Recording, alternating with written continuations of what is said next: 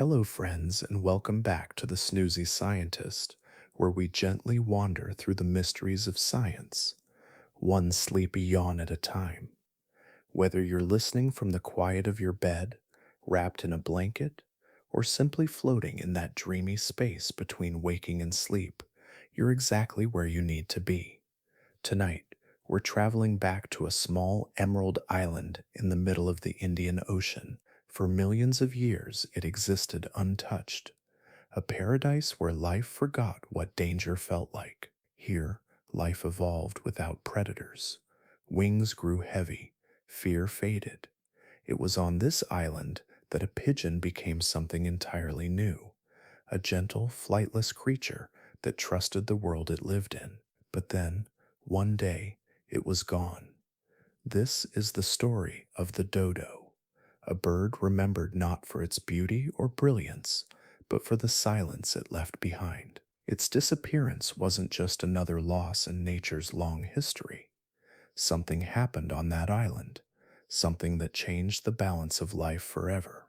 Even now, scientists still search its bones and soil for answers, trying to understand how an entire species could vanish so quickly.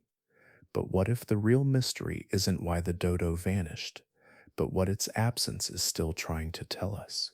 Tonight, we'll drift softly through that lost world, through the forests that once sheltered it, and the quiet traces that remain beneath the soil.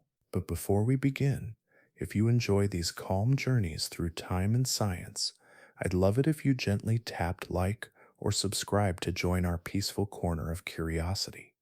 It helps more sleepy minds find their way here. And if you'd be so kind, let me know in the comments, where are you listening from tonight and what time is it there? It's always such a joy to see how far across the world this sleepy little journey travels. So now take a deep breath, let your shoulders loosen, and together let's return to the island where fear once forgot to exist.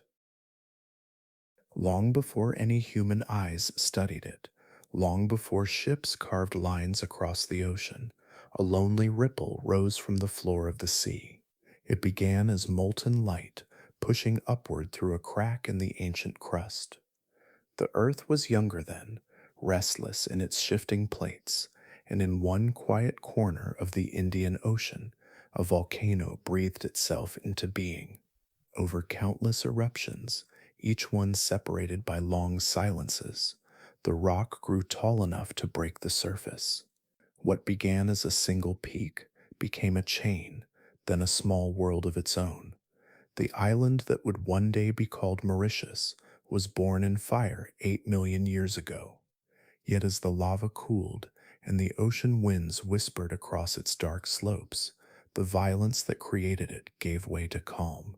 Rain softened the stone, streams carved gentle pathways down the mountain, forests unfurled, leaf by leaf across the new land. Over time, the island sank slightly under its own weight, creating the broad green plains that would later shelter creatures found nowhere else on Earth. Isolation is a patient sculptor. It takes what arrives by chance, then shapes it into something that belongs only to that place. Mauritius sat far from any continent, surrounded by a wide moat of water that few creatures could cross. That distance became its quiet guardian. Seeds that drifted on ocean currents found untouched soil. Palm trees rose toward the sky in slow-growing arches. Ferns rooted in the damp valleys where mist gathered each morning. Coral reefs rimmed the coast in soft pastels, creating a shallow ring where waves curled and broke in bright foam. Life came in gentle trickles, never in floods. A reptile here, drifting on a mat of vegetation. A bird there, blown off course during a storm. Most arrivals never made it, yet the few that did found a paradise shaped by silence. With no predators to pursue them, they grew in ways that would have been impossible anywhere else. Giant tortoises lumbered through the underbrush with unhurried steps, their shells catching the sunlight like polished stone. They grazed on fallen fruit, moved between forest clearings, and lived lifetimes longer than any change the island could bring. Some birds grew larger, heavy-bodied and calm. Others became more delicate, suited to the thick vegetation that sheltered them. In this sheltered world, wings were useful for reaching branches or gliding down slopes, but not for fleeing danger. Over generations, the air itself seemed to offer reassurance. With nothing to fear, flight lost its urgency. The island's rhythm settled into a balance so smooth that each creature, plant and stream, felt like part of a single long breath. Mornings began with the rustle of leaves and the distant call of seabirds returning from the outer reefs.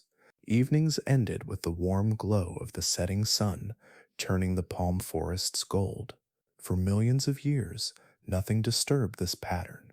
There were no footprints of hunters in the sand, no fires set for clearing land, no new animals carried across the ocean, only the island, living at its own pace. In such a world, innocence did not mean ignorance, it meant harmony. It meant that life could unfold without suspicion, without the instinct to hide. Fear has a purpose where danger exists. But when danger is absent, fear fades like mist under the morning light. That slow fading shaped everything that lived on Mauritius, giving the island an almost dreamlike stillness. Among the many wanderers carried by wind and chance, one small flock made a journey that would change the island's story forever. They were pigeons, strong-winged and resilient, likely blown from distant shores by a storm that swallowed the horizon. When they reached Mauritius, they found a land overflowing with fruit, seeds, and shaded floors of soft soil. There were no predators waiting in the trees, no hawks circling above. The air was warm, the forests thick with food, and the beaches quiet except for the hum of waves. Over countless generations, these pigeons shed the habits they no longer needed. Their wings, once essential for long migrations across continents, became heavier. Their bodies grew larger, suited to a life spent walking among roots and fallen leaves. Their movements slowed, gentle and unhurried, as if shaped by the island's peaceful heartbeat. Each new generation belonged more deeply to Mauritius than the one before it. In time, the birds that had arrived by accident became something entirely new, a creature at ease in a world without threats, a creature shaped by peace rather than struggle, a creature we would one day call the Dodo. But in these early ages, before any human foot touched the sand, there was no name for them. There was only the quiet island and the gentle lives it sheltered. By the time the first forests of Mauritius had settled into their long, quiet rhythm, the creatures who lived there were shaped not by conflict, but by the steady comfort of safety. The island's isolation had created a cradle where danger never found a foothold. In the previous chapter, we watched the first wanderers arrive on its shores, adapting slowly to a land that asked nothing harsh of them. Here that transformation deepened into something even more delicate, a way of life shaped by peace rather than threat. Biologists use a gentle term for this kind of innocence. They call it ecological naivety. It describes a world where the usual rules of survival begin to soften. There are no predators stalking the underbrush, no shadows sweeping across the sky that send flocks scattering, no sudden rustles that signal a race between life and death. On Mauritius, this naivety was not a weakness. It was a reflection of the world the island offered, a world where vigilance had no purpose and fear had no reward. Fear is a powerful sculptor in places where danger is constant. It sharpens minds and bodies, encourages quick reactions, and rewards those who stay alert. But when the environment holds no threats for generation after generation, that sculptor grows quiet. The instincts that once kept ancestors alive begin to fade, little by little, until they are nothing more than distant echoes. Among the creatures shaped by this peaceful isolation, the descendants of those wandering pigeons began to embody this softening most clearly. Their ancestors had lived with open skies full of raptors, so wings had once been their lifeline. Yet here, where the air was calm and free of pursuit. Wings were no longer a tool for escape. Each generation found less need to flee upward, and flight, once a symbol of freedom, became something they could simply put down. As their wings grew heavier and their bodies stronger, the need for speed faded too. Movement became deliberate and slow, a gentle sway through the forest floor, rather than a frantic burst through branches.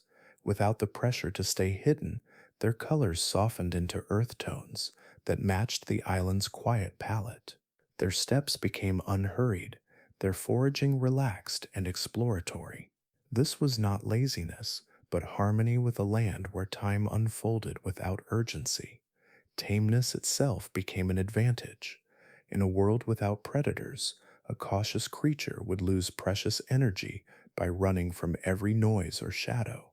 A trusting creature could focus on feeding, nesting, and raising young with ease. Over many generations, that trust became instinctive. Curiosity replaced suspicion, calm replaced vigilance. The birds learned to read the forest, not with fear, but with familiarity, as if every tree and path had welcomed them since the moment they hatched. In this gentle environment, their nests stayed close to the ground. There was no need to hide eggs high in branches or bury them in secret places. Fallen leaves made soft bedding, the warm air kept storms mild, and the broad palms offered shelter when the rains arrived. Parents walked openly around their young, their presence confident and unguarded. The forest accepted them completely, and in return they moved through it with a quiet ease. Their days followed a peaceful rhythm. Mornings began with slow steps along the shaded forest floor, searching for fruit that had dropped overnight. Their beaks cracked seeds with steady pressure, and they sifted through soil for tender roots. When the sun grew warm, they lingered beneath low branches, where the air was cooler. Evenings brought them back to their resting places, where the soft earth cradled them in comfort. There was no frantic race for safety, only the steady cycle of nourishment and rest. This world without fear gave rise to a kind of courage that was not boldness but openness. A creature could walk directly toward another without bracing for conflict. They explored without hesitation. They approached unfamiliar sights with interest instead of caution. Their lives were shaped by the idea that the world itself was trustworthy. For the bird that would later be known as the dodo, this innocence was not a flaw.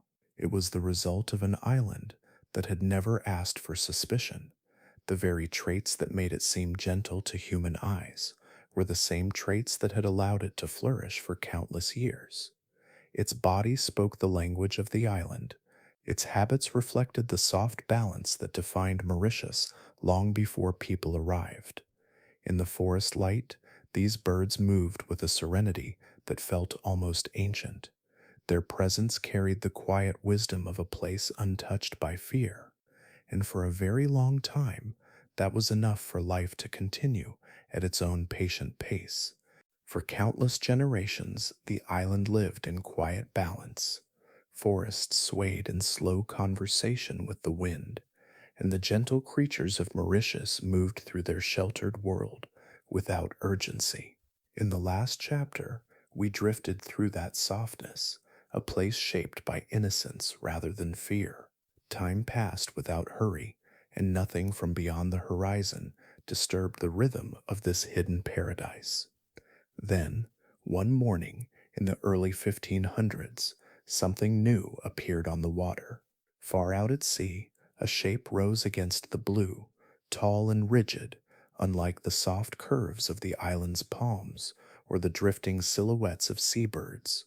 It was a Portuguese ship, carried by currents and ambition as sailors pushed deeper across the world in search of trade routes and uncharted lands.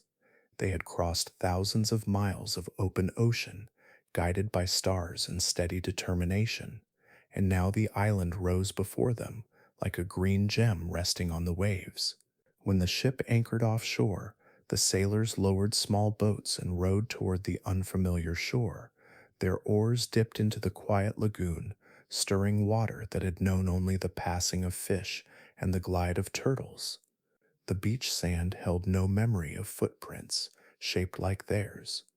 Those who stepped onto the island first must have felt the strangeness of it. No voices called out from the trees, no warning cries echoed through the canopy. The forest did not retreat from their presence. It simply breathed its usual breath, untouched by the arrival of strangers. As the Portuguese crew explored the interior, they wrote notes in journals worn by salt and weather. They described towering palms, clear streams running down from volcanic slopes, and the heavy, sweet smell of ripe fruit resting on the forest floor. But one entry appeared again and again in those logs, written with a tone that mixed amusement with disbelief. A bird had approached them, not cautiously, not circling from a distance. It had walked straight toward them, as if greeting a new neighbor. Some sailors held out their hands and found that the bird did not flinch. Others tossed fruit and watched it peck calmly at the offering. It showed no sign of worry, no hint of hesitation. To men who had sailed through continents filled with wary wildlife, it was a sight so unusual that they tried to capture it in words. They called it curious, they called it simple. Some wrote that it was slow, others noted that it seemed unaware of danger. None understood the deeper truth, that this bird's trust had been shaped by a world where danger had never existed. They had stumbled upon the creature that would be named the Dodo, although that name had not yet taken shape. To the sailors, it was simply a strange, heavy bird with a large beak and a calm disposition that felt almost human in its lack of fear. Years passed. Ships came and went, and slowly the island's location spread through the whispered rotes of early explorers. Then the Dutch arrived, drawn by the island's strategic position in the Indian Ocean. They mapped its shores, built brief settlements, and left behind more detailed writings than the Portuguese before them. In their journals, the tone shifted. What had once been gentle curiosity took on a sharper edge. The Dutch sketched the bird with awkward proportions, broad bodies, and rounded heads. The drawings often looked nothing like the real animal, yet these images traveled far across Europe, shaping imaginations that had never seen Mauritius. The sailors gave the bird a name that revealed more about themselves than about the creature they observed. They called it Walgvogel, a word meaning disgusting bird. To them, the dodo's refusal to flee was not innocence, but foolishness. Its calm nature was not harmony, but laziness. Its unfamiliar form, shaped by millions of years of peaceful evolution, seemed comical when compared to birds shaped by harsher lands. In these early moments of contact, a seed of misunderstanding began to take root. What the island had nurtured with patience was misread through the lens of distant worlds where survival depended on sharpness and speed. The sailors laughed at its gait, exaggerated its posture in their drawings, and shared stories about this odd creature that greeted humans without hesitation. What had been a symbol of balance became, in the eyes of outsiders, a symbol of ridicule. Curiosity shifted into mockery, not out of cruelty alone, but out of the inability to imagine a place where fear had never been needed. And so, with those first encounters, the long misunderstanding of the dodo began, carried across oceans in ink and charcoal, far from the quiet forests where the birds still walked in peaceful rhythm, unaware of the world that had just discovered it. For a long while after the first sailors stepped onto Mauritius, the island's quiet rhythm continued almost unchanged. The forests still breathed in slow cycles of light and shadow. The soft footfalls of the dodo still traced familiar paths beneath the palms, yet something subtle had shifted, like a faint tremor beneath the soil that no creature could name. New beings had arrived, beings from far beyond the horizon, and with them came changes that the island had never learned to anticipate. When the Portuguese first touched the shores, their presence came in brief visits, But as the years folded into one another, other sailors began to linger longer. Among them were Dutch settlers who saw the island not as an untouched sanctuary, but as a place of resources, timber, and potential.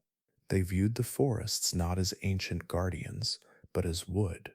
They saw the flat clearings not as natural meadows, but as future settlements. Slowly, then suddenly, the trees began to fall.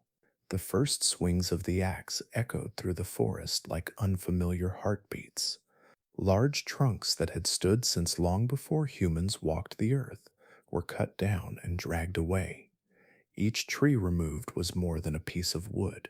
It was a home for birds, a shelter for insects, a food source for countless tiny lives.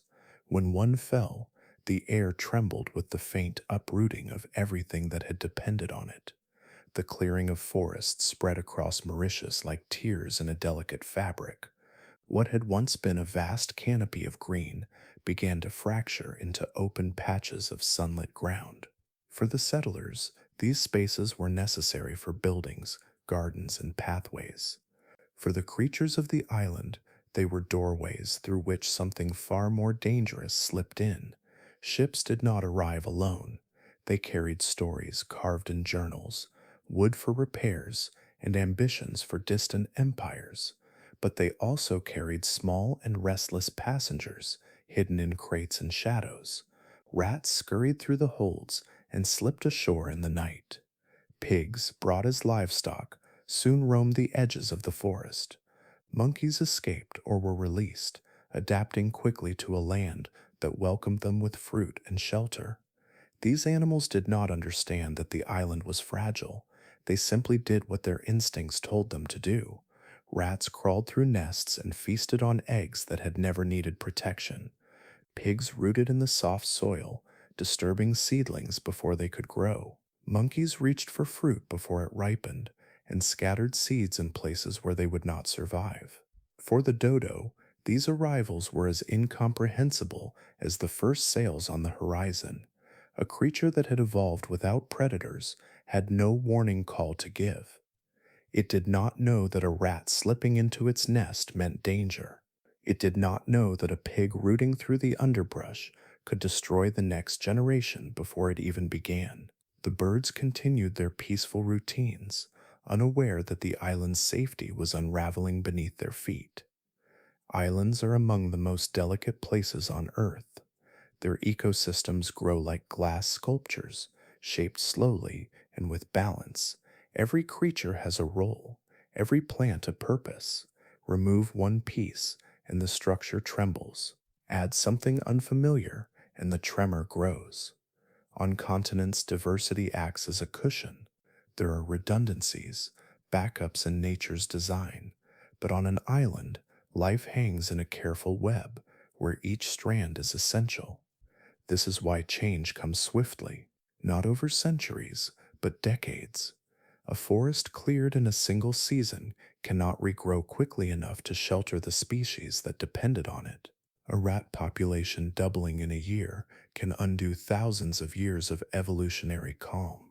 A few pigs foraging along the forest edge can tip the balance for birds that nest on the ground.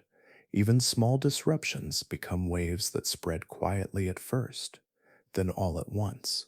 Mauritius had survived 8 million years of storms, volcanic shifts, and rising seas. It had weathered every challenge that nature placed upon it. Yet it was not prepared for this, not prepared for the arrival of a species that carried its own companions, its own needs, its own pace of change. As more trees fell and more outsiders rooted through the land, the web that held the island together began to fray. Streams that once flowed clear became muddied by eroded soil. Forest floors that once glowed with seedlings turned bare. Food sources diminished for creatures that had never imagined scarcity. The gentle rhythm of life faltered, as if the island itself had paused to catch a breath it could no longer find. This collapse did not arrive with thunder or with visible catastrophe. It came quietly, in the sound of an axe cutting through wood, in the rustle of a pig moving through the underbrush, in the soft crack of an egg beneath the teeth of a rat, each moment small enough to ignore, together enough to reshape the island forever. And so the world that had once lived in perfect balance began to slip out of harmony, one fragile thread at a time. As the island's delicate world bent under the weight of new arrivals, stories about its most gentle resident began to drift far beyond the shores of Mauritius. Sailors returned to Europe with tales of a bird unlike any they had ever seen. They spoke of its calm manner, its curious walk, and its refusal to flee when approached. But somewhere along the long sea routes, as memory mixed with exaggeration, these details twisted into something very different. A myth took shape. In bustling ports and candle-lit taverns, people laughed as they heard descriptions of the bird that did not seem to understand danger. They imagined it standing still as sailors walked toward it, tilting its head with a puzzled calm. The word stupid became attached to it, not through careful study, but through misunderstanding and arrogance. To those far from Mauritius, it was easier to mock than to imagine a world where fear did not need to exist. Language can carry truths, but it can also carry shadows. When the Tenjin Dutch sketched the bird, their drawings distorted its form. Some made its body rounder than it truly was. Others gave it an almost comical posture. These sketches traveled across Europe, shaping a popular image that was more caricature than creature. People who had never seen the dodo believed this version of it, the one built from exaggeration rather than observation. Yet the real bird, the one that moved softly across the forest floor, was quite different. To understand its nature, scientists much later began studying what remained of it. Bones found in quiet marshes, notes left in old journals, measurements of beaks, wings, and skulls carefully preserved in drawers and museum cases. Piece by piece, a more accurate picture grew. One question lingered for a long time. Was the dodo truly as simple-minded as stories claimed? The idea persisted, in part because of the bird's large body and gentle behavior. People assumed that because it lacked fear, it must have lacked intelligence. But intelligence is not shaped by how frantic an animal appears. It is shaped by the environment that molds it. When researchers examined the structure of the dodo's skull, they found something quietly surprising. Its brain, though not large, was consistent with what would be expected for a bird of its size. In fact, its brain-to-body ratio was similar to that of pigeons, the same family that had once flown across oceans before settling on Mauritius. Pigeons are known for impressive spatial memory, strong navigation skills, and the ability to recognize patterns. Some can even distinguish human faces. There is no evidence that the dodo was any less capable. In many ways, the dodo's intelligence was shaped by peace rather than conflict. A creature that lives in a world without predators does not need to calculate escape routes or scan constantly for danger. Its mind adapts to the patterns of abundance, not scarcity. It learns where fruit falls most often, how to reach seeds hidden beneath roots, which stretches of forest hold the softest nesting grounds. These are skills of familiarity, not fear. Seen through this lens, the dodo was not slow-witted. It simply belonged to an environment that asked for a different kind of awareness. Its calm behavior was not confusion. It was confidence born of millions of years of safety. When sailors approached, the dodo stepped forward not because it lacked intelligence, but because trust had been the island's truth for longer than humans had existed. The bird's ancestors had never known claws hiding in the shadows or wings swooping down in attack. A gentle world had shaped a gentle creature. This gentleness became a story twisted by the outside world. Instead of being recognized as a natural adaptation, it was mocked. People interpreted trust as foolishness and calm as clumsiness. They did not understand that the dodo's world had been stripped away so quickly that the bird had no time to rewrite its instincts. In the sudden presence of rats, pigs, and humans, the dodo was unarmed in ways that mattered most. Its wings were no longer meant for flight. Its nesting habits were not designed to hide from new predators. Its curiosity, once a quiet strength, became a vulnerability.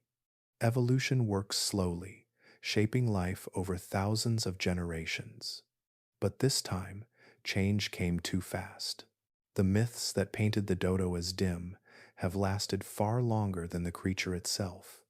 Yet when we look closely, with patient eyes, instead of hurried judgment, a different truth emerges.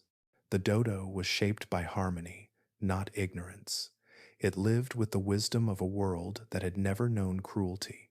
And when that world shifted, the bird's gentle nature remained the same, even as its surroundings turned against it.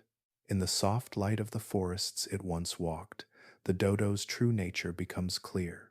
Not foolish, not weak, simply unprepared for a storm it could not have imagined. By the time the sun rose over Mauritius in the middle years of the 1700s, the island had already changed in ways that would have been impossible to imagine during its long ages of peace. The forests that once stretched in unbroken green now held scars where settlements grew. Animals that had never known opposition found themselves sharing their home with creatures that moved faster, bred quicker, and consumed without pause.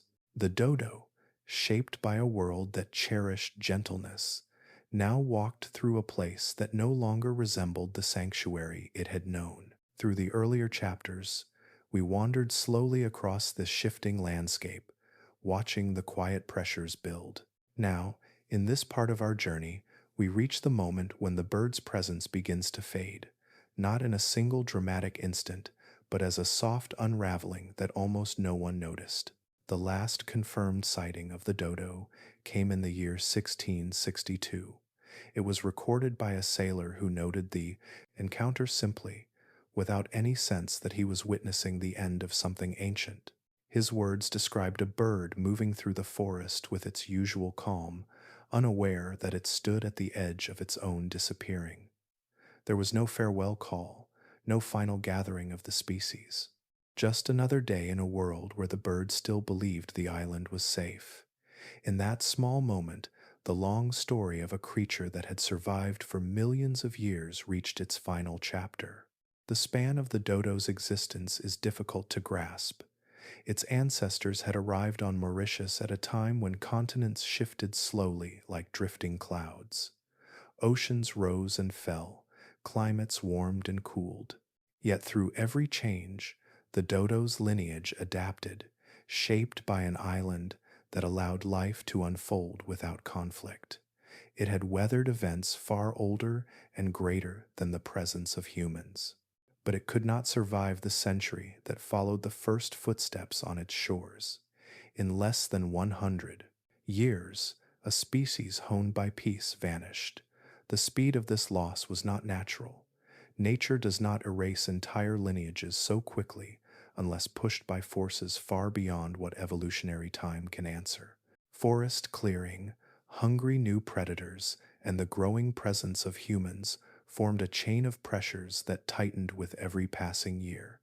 Eggs were taken before they could hatch. Food sources dwindled without warning.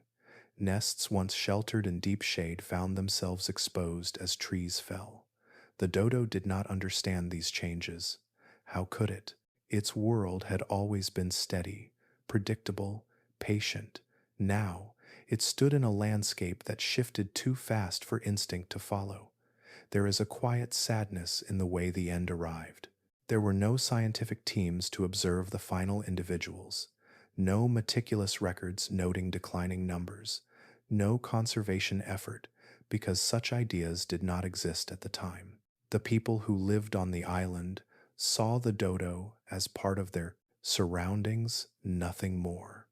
When it became scarce, they assumed it had moved deeper into the forest.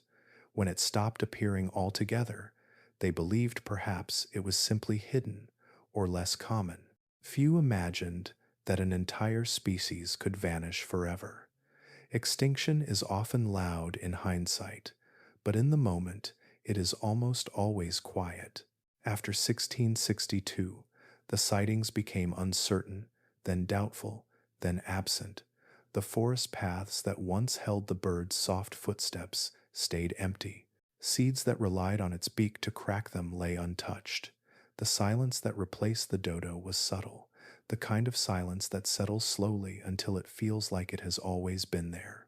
No one at the time stepped forward to declare that the dodo was gone. No bell tolled, no marker was placed on the forest floor. The creatures of Mauritius continued their daily rhythms. The settlers carried out their work. The rats and pigs continued to multiply, and somewhere in the unfolding tapestry of time, the last dodo simply did not return to its usual clearing. It took many years, long after the bird had disappeared, for people to realize the truth. By then, memories had blurred. The stories that remained had already been shaped by misunderstanding. The world did not mourn, for it did not yet understand what extinction meant. The loss passed quietly into history, as unnoticed as a single leaf falling into a river. Yet if one could walk through the island's forests during those years, one might sense a faint change in the air, like the echo of a voice no longer speaking. The space the dodo once filled remained, even though the creature itself was gone. Its vanishing was not just the end of a species. It was a moment when the world shifted without realizing it.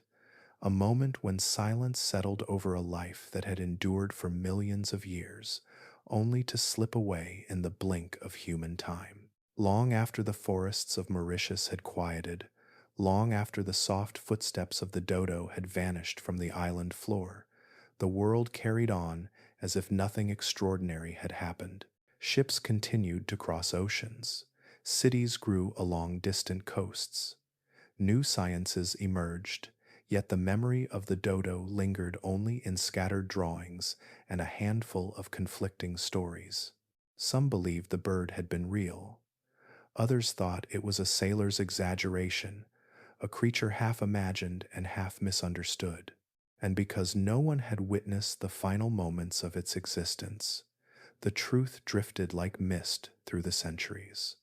For a surprisingly long time, the idea of extinction itself felt impossible to many people. The notion that a species could disappear forever was unsettling. It challenged beliefs about the natural world, the permanence of creation, and the completeness of life on Earth.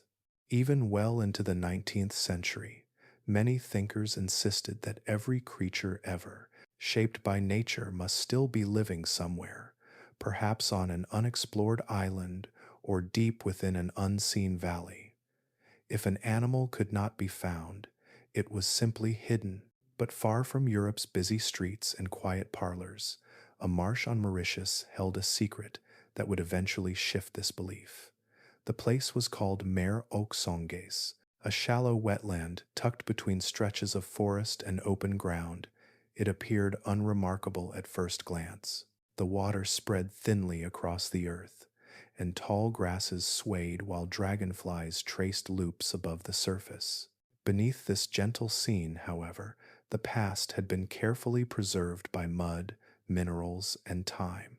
Centuries after the dodo vanished, locals occasionally found strange bones settled in the muck. Some resembled the limbs of large birds, others were curved in unusual ways. Many did not match the anatomy of the island's living creatures. These remains were passed from hand to hand, sometimes kept as curiosities, and sometimes forgotten in chests. The world did not yet understand what they represented. It was not until the Victorian era, during a time when naturalists were carefully cataloging the living world, that these bones began to draw serious attention. Scientists traveled across continents with notebooks and specimen boxes, working to place every plant and animal into an organized order. They studied birds with bright plumage, insects with translucent wings, and mammals from faraway lands. Yet the dodo remained a mystery. It hovered somewhere between history and rumor. When word reached Europe that unusual skeletons were emerging from the Mauritius marsh, curiosity grew. A small group of researchers journeyed to Mauritius to investigate. They dug carefully through layers of sediment, lifting bones that had rested in silence for hundreds of years. Piece by piece, they assembled the remains on wooden tables under the island's sun. Leg bones, pelvises, beaks, ribs, and vertebrae slowly took shape. When the scientists stepped back, what stood before them was unmistakable. The dodo had been real, and it had truly vanished. This moment was more than a scientific achievement. It marked a turning point in how humanity understood the natural world. The researchers realized they were studying a creature that no longer walked the earth, not because it lived in hidden places, but because it was gone, entirely gone. The idea struck them with quiet force. Here was a species that had been alive within recent human history, and yet no one could find a single living example. The bones whispered a truth that the world had resisted. Life did not last forever. Nature did not always preserve what it created. Extinction was not a distant concept belonging only to ancient fossils. It was something that could happen in the presence of people. The Victorian scientists struggled with this revelation. It contradicted long-held beliefs that creation was fixed and unchanging. If the dodo could disappear, what else might have vanished? And what else might vanish still? The realization carved a new path in scientific thought, one that acknowledged the fragility of life and the possibility of loss on a scale never before imagined. As more bones were uncovered, the dodo's story gained shape in a way it never had during its lifetime. Its size, its posture, even the structure of its wings became clearer. No longer a creature of jokes or exaggerations, the dodo emerged as a real being with a history written in earth and bone. Through these remains, the bird that had vanished without ceremony finally spoke again, not through sound, but through presence, through the weight of its skeleton and the space it no longer filled, through the way its absence pressed gently against the minds of those who studied it. The dodo forced science to accept something simple and profound. Everything that lives exists within time, and time can take things away. The world is not a museum of eternal forms. It is a changing tapestry, woven with moments of emergence and moments of departure. In the quiet marsh of Mauritius, the bones waited patiently for centuries. When they were finally lifted from the mud, they offered the world a truth it had not been ready to see. Even the most peaceful lives can disappear. And sometimes it takes centuries for us to understand what that disappearance means. As the 19th century unfolded, the bones lifted from the marshes of Mauritius began to echo far beyond the island that had once sheltered the dodo. They traveled across seas in padded crates, were dusted clean by careful hands, and were placed under soft lamplight in museums and private study rooms. Scientists leaned over them with quiet concentration, tracing the curves of ancient bone and the hollows of joints that once carried a living creature through a peaceful world. What these bones revealed was more than the shape of a bird. They revealed an idea that would change how humanity understood life itself. Before this moment, people had lived with a belief that felt comforting and complete. It was the notion that every living being ever created still existed somewhere on Earth. If a creature had not been seen for a while, it was simply hiding. If it lived on a distant island, it was assumed to be part of a vast and unbroken tapestry of life that stretched across continents and oceans without loss or interruption. Extinction, as a concept, felt too final, too heavy. Many believed nature was too perfect to allow such endings. To imagine that a species could vanish forever was to imagine a flaw in the natural design. Then, quietly and unexpectedly, the dodo stepped into this conversation once more, centuries after its voice had faded. The bones from the Mauritius marsh offered something undeniable. They belonged to a creature described in journals from a time not too distant, yet the living bird could not be found anywhere. If it still existed, explorers would have uncovered it during the age of global voyages. If it hid in the dense forests, someone would have seen it during the years when Mauritius grew its first settlements. But there were no sightings, no rumors, no traces of feathers or nests, only bones, resting in silence long after the bird itself was gone. It was here that the idea of extinction shifted from suspicion to certainty. This realization rippled through the scientific world like a quiet but persistent tide. If one species could vanish within human memory, then what of all the strange creatures found as fossils in stone? Perhaps the giant birds and ancient reptiles etched into rock were not hiding in unknown corners of the world, but had vanished as completely as the dodo. The earth was no longer a place of unchanged life, but a landscape where entire lineages could disappear. Biologists felt the ground beneath their ideas shift. Philosophers began to reconsider the permanence of life. Natural history, once a catalogue of living forms, became a study of both presence and absence. Into this changing world stepped a young naturalist named Charles Darwin. He grew up in the shadow of a scientific environment reshaped by discoveries like the dodo's disappearance. The idea that species could end their stories entirely was not something he introduced. It was something he inherited from decades of evolving thought, much of it ignited by a flightless bird that had lived on a quiet island far from the centers of science. When Darwin traveled aboard the HMS Beagle, he moved through landscapes marked not just by life, but by clues of what had once lived and no longer did. Fossils of giant ground sloths in South America, ancient shells far from the sea, strange variations of species separated by islands and continents. He did not see life as static, he saw it as a long, unfolding story. The disappearance of the dodo offered a living example of the forces he would later describe in his theory of natural selection. It showed that species are shaped by their environments, and when those environments shift too quickly, even a creature perfectly adapted to its home can vanish. The dodo's extinction was a reminder that nature does not promise permanence. Adaptation can lead to survival, but only when the pace of change allows the species to keep up. When Darwin later published his ideas, extinction was woven gently through the logic of evolution. It was no longer treated as an odd or tragic accident. It became a natural, though sobering, part of life's long story. Species emerged, changed, branched into new forms, and sometimes disappeared when the world they knew slipped away. The concept of extinction, once resisted, became essential to understanding how life grows and transforms.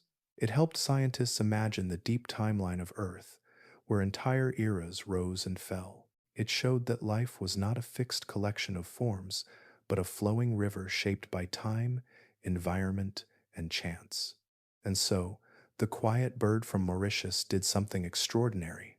Long after its forests had fallen silent, long after its final individual walked alone through the trees, the dodo continued to guide human thought. Its absence became a presence in scientific debates, in philosophical discussions, and in the shaping of modern biology. In its ghostly way, the dodo helped humanity understand something profound. Life is both resilient and delicate. It grows with patience, responds to change, and adapts with ingenuity. But it can also vanish, leaving behind only bones, stories, and lessons that echo through centuries. Its extinction became human not because we caused it, though we did, but because it changed us. It opened our eyes to the fragility of the world we inhabit and to the responsibility that comes with that understanding. Once the dodo's story settled into the scientific world, it did not remain an isolated curiosity. It became something quieter and heavier, like a soft lantern illuminating patterns that had already begun to unfold elsewhere. As naturalists and explorers studied the past, they realized the disappearance of the dodo had not been a single tragic thread. It was part of a larger tapestry, one that stretched across oceans and centuries. For a moment, imagine the world as it looked during the great age of exploration. Ships crossed waters that had once felt unreachable. New coastlines appeared on maps. Landscapes that had lived in solitude for thousands of years were suddenly touched by hands that did not belong to their rhythm. Curiosity guided much of this movement, a hunger to see what lay beyond the horizon. But as curiosity grew familiar, it shifted its shape.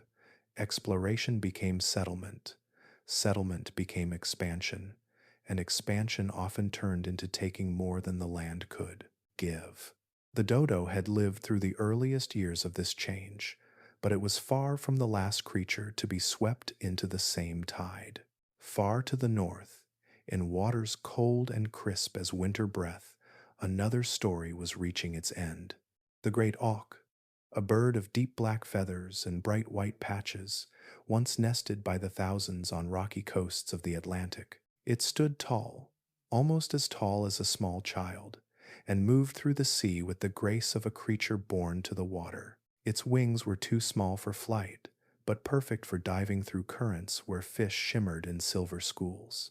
For centuries, the great auk lived with little disturbance, but as ships ventured farther, sailors discovered colonies where the birds stood without fear, their eggs resting openly on bare stone.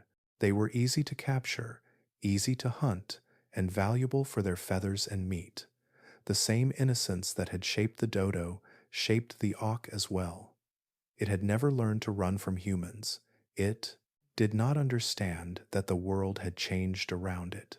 By the middle of the 1800s, the great auk was gone.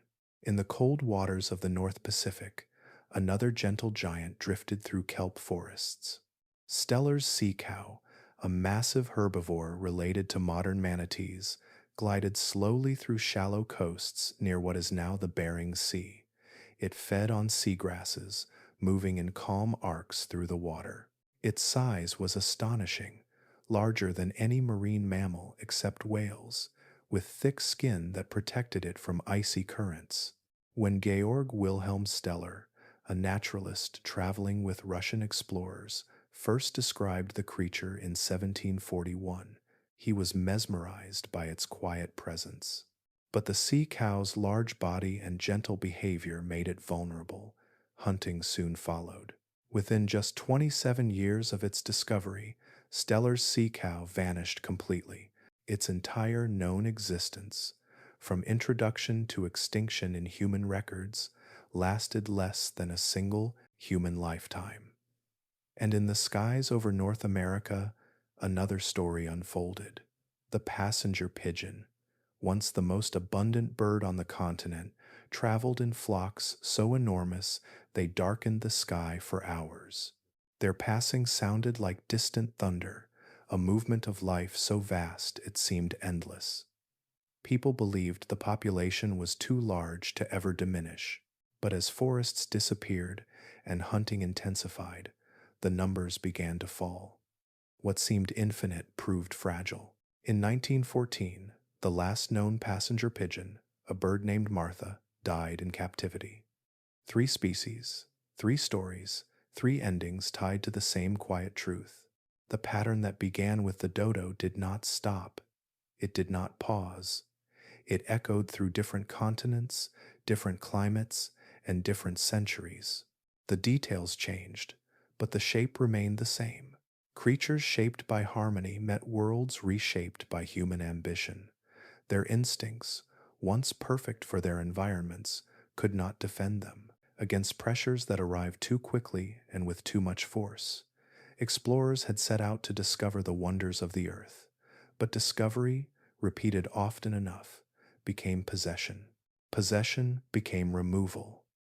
Removal became scarcity, and scarcity, if unseen or ignored, became silence.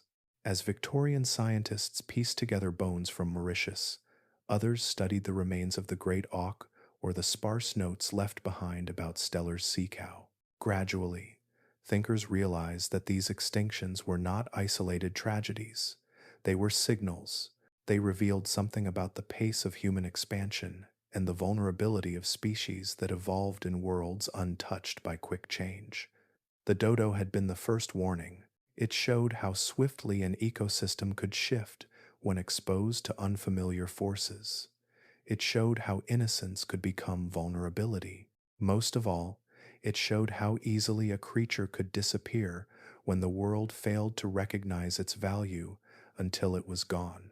The stories that followed did not replace the dodos. They echoed it, each one a reminder carried across coastlines, forests, and seas.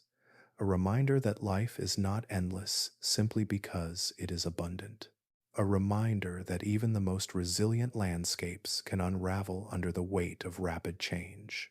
In the quiet spaces of museums and libraries, where bones and journals rest in stillness, this pattern remains carved into the stories we preserve. A soft reflection of how one extinction became many, and how each one left behind a lesson waiting for someone to listen. In the chapters before this one, we walked through the dodo's world, then stepped beyond it to see how its fate echoed across continents and seas. Now we return to a deeper question that rises gently through its story. Why did this creature, and so many like it, evolve in such unusual ways? Why do islands cradle life that feels both magical and fragile, as if shaped by a different set of rules? To understand this, we can picture islands as nature's quiet laboratories. They sit far from mainland storms of competition, separated by stretches of water that act like soft, natural walls. Only the hardiest travelers can cross these barriers, carried by storms, drifting logs, or wings strong enough to survive long journeys. Once these wanderers arrive, they find themselves in a world where familiar rules no longer apply. Scientists call this phenomenon the island rule. It describes how species on islands often grow either much larger or much smaller than their mainland relatives. They sometimes lose abilities that once defined them, or develop traits that seem startlingly new. These transformations take place slowly, shaped by the island's silence, its scarcity, and its gentle boundaries. Gigantism, for example, can rise from limited predators and stable food sources. A small creature no longer needs to hide, so it grows larger to store more energy or reach new resources.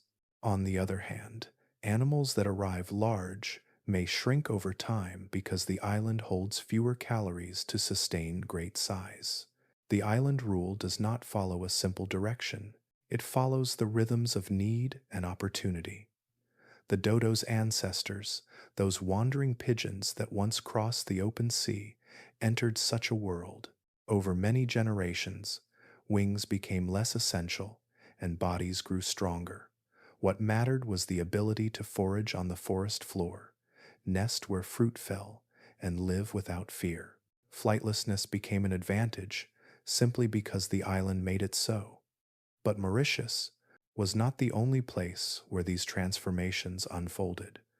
Across the world, islands sculpted their own wonders. On the Galapagos Islands, groups of finches that once shared a single ancestor blossomed into a dozen unique species. Each island shaped them differently. Some finches grew beaks strong enough to crush hard seeds. Others developed slender, probing beaks to reach insects hiding in bark. The birds became living expressions of their environments, each one a quiet answer to the island's particular needs. On the islands of Indonesia, in a chain brushed by warm winds and ancient volcanic heat, the Komodo dragon took shape. It became the world's largest lizard, moving with slow purpose through sunlit grasslands and forest edges. Its size, far greater than most lizards elsewhere, emerged over millennia of isolation. The island provided opportunity. and the creature grew into the niche it claimed. In Hawaii, where mountain slopes rise from deep ocean water like emerald towers, honey creepers evolved into an entire family of shapes and colors. Some developed curved beaks that dipped into flowers to sip nectar. Others formed stout beaks suited for cracking seeds. Their feathers shimmered with reds, yellows, and greens, each hue shaped by forests found nowhere else on Earth. They became symbols of beauty born from isolation. These examples reveal a truth that flows through island life. Isolation nurtures creativity. It gives species the room to explore possibilities not forced upon them by constant danger or crowded landscapes. The boundaries of the island act like gentle hands, guiding evolution into paths it might never take elsewhere. Yet this same isolation that creates wonder also creates vulnerability. Island species often lose the very traits that would protect them elsewhere. Without predators, flight becomes unnecessary. Without competition, specialization becomes narrow. A bird might learn to eat only one type of seed. A lizard might rely on a prey that exists only on its particular island. A flower might depend entirely on a single pollinating bird. These relationships become intricate and precise, like threads woven into a delicate tapestry. When something disrupts that tapestry, even slightly, the entire pattern can begin to unravel. A mainland species might shift its diet in times of scarcity or defend itself with sharp instincts. An island species, shaped by generations of calm, may not have the flexibility to adapt quickly. The abilities it lost were once unnecessary. The abilities it kept were perfect for a world untouched by rapid change. This is why islands hold both marvel and fragility. They create creatures that feel almost otherworldly, yet these same creatures stand on narrow paths of survival. They flourish in the quiet, but falter when new forces enter the scene. It was this balance that nurtured the dodo for so long. The island provided everything it needed. Isolation allowed it to grow gentle, trusting, unhurried. But when the outside world swept in with ships and new animals, the delicate thread that held its world together began to fray. Islands are more than dots on the map. They are cradles of possibility, places where life can transform in ways the rest of the world rarely witnesses. They reveal what happens when evolution is given space to wander, to test, to flourish without interruption. And they remind us that beauty shaped by calm must be protected with care, for it lives on edges soft enough to break, yet precious enough to change how we see the world. As we drift further into the dodo's story, a deeper pattern begins to emerge, one hidden beneath the quiet details of island life and the gentle nature of the creatures that once lived on Mauritius. The disappearance of the dodo was not the result of a single moment or a single force. It was the result of a cascade, a chain of changes that moved through the island like ripples spreading across a still lagoon. To understand how this happened, we must look closely at how ecosystems hold themselves together and how easily those connections can unravel. An ecosystem is not simply a collection of plants and animals. It is a living web, woven from relationships that form over centuries. Every species, no matter how small, plays a role in shaping the world around it. Some prune vegetation with their grazing. Some scatter seeds across the forest floor. Some pollinate flowers that would not bloom without them. Others feed on creatures that might become too abundant if left unchecked. This web is held together by balance, by rhythms that evolve slowly and fit the landscape like a well-worn path. But when a new species enters an ecosystem that evolved in isolation, this balance can shift with surprising speed. Scientists call such newcomers invasive species, not because they intend harm, but because their presence begins to reshape relationships that were once stable. On Mauritius, rats ate eggs that had never needed protection. Pigs tore through soil that had rested undisturbed for thousands of years. Monkeys plucked fruit and seeds before they could reach the forest floor. These animals did what came naturally to them. The island had simply never learned to defend itself against their habits. This is where the idea of a trophic cascade begins. Imagine a stack of stones arranged carefully so that each one depends on the shape and position of the others. Remove a stone near the bottom, or change the weight of one in the middle, and the whole structure shifts. It might wobble at first, then lean, then finally collapse. In nature, these stones are species. A change in one can ripple upward or downward through the food chain, altering the fate of others. For the dodo, the first ripples came from the loss of nesting sites as forests were cleared. The next came from the arrival of predators that did not exist in the island's long evolutionary past. Rats reduced reproductive success. Pigs flattened nests. Monkeys consumed food before dodos could reach it. The web stretched thinner with each passing year. But the island's troubles did not stop with these direct interactions. Forests depend on seed dispersal to grow and regenerate. The dodo, with its strong beak and wandering gait, once helped scatter the seeds of certain native trees. When the dodo began to fade from the landscape, these trees struggled to reproduce. Fewer saplings meant fewer habitats for other animals. As the trees declined, shade patterns changed, soil dried differently, water flowed in new ways across the forest floor. A single species, once abundant, had been a quiet architect of the ecosystem. Its absence tiptoed through the island with consequences that would unfold slowly but inevitably. This interconnectedness is one of nature's great truths. Remove a thread, and the fabric weakens. Remove several, and the fabric begins to tear.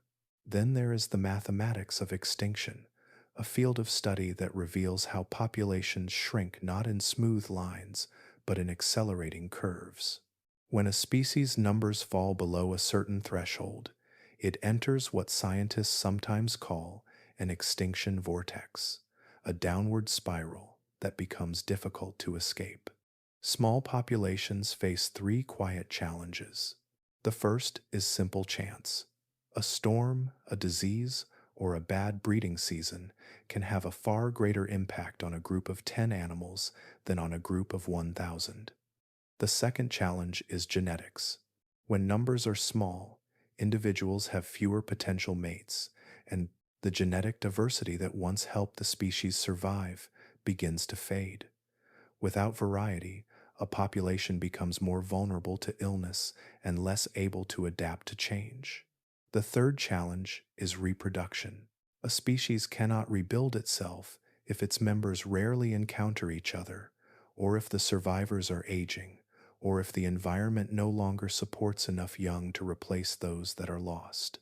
For the dodo, all three forces gathered quietly around it.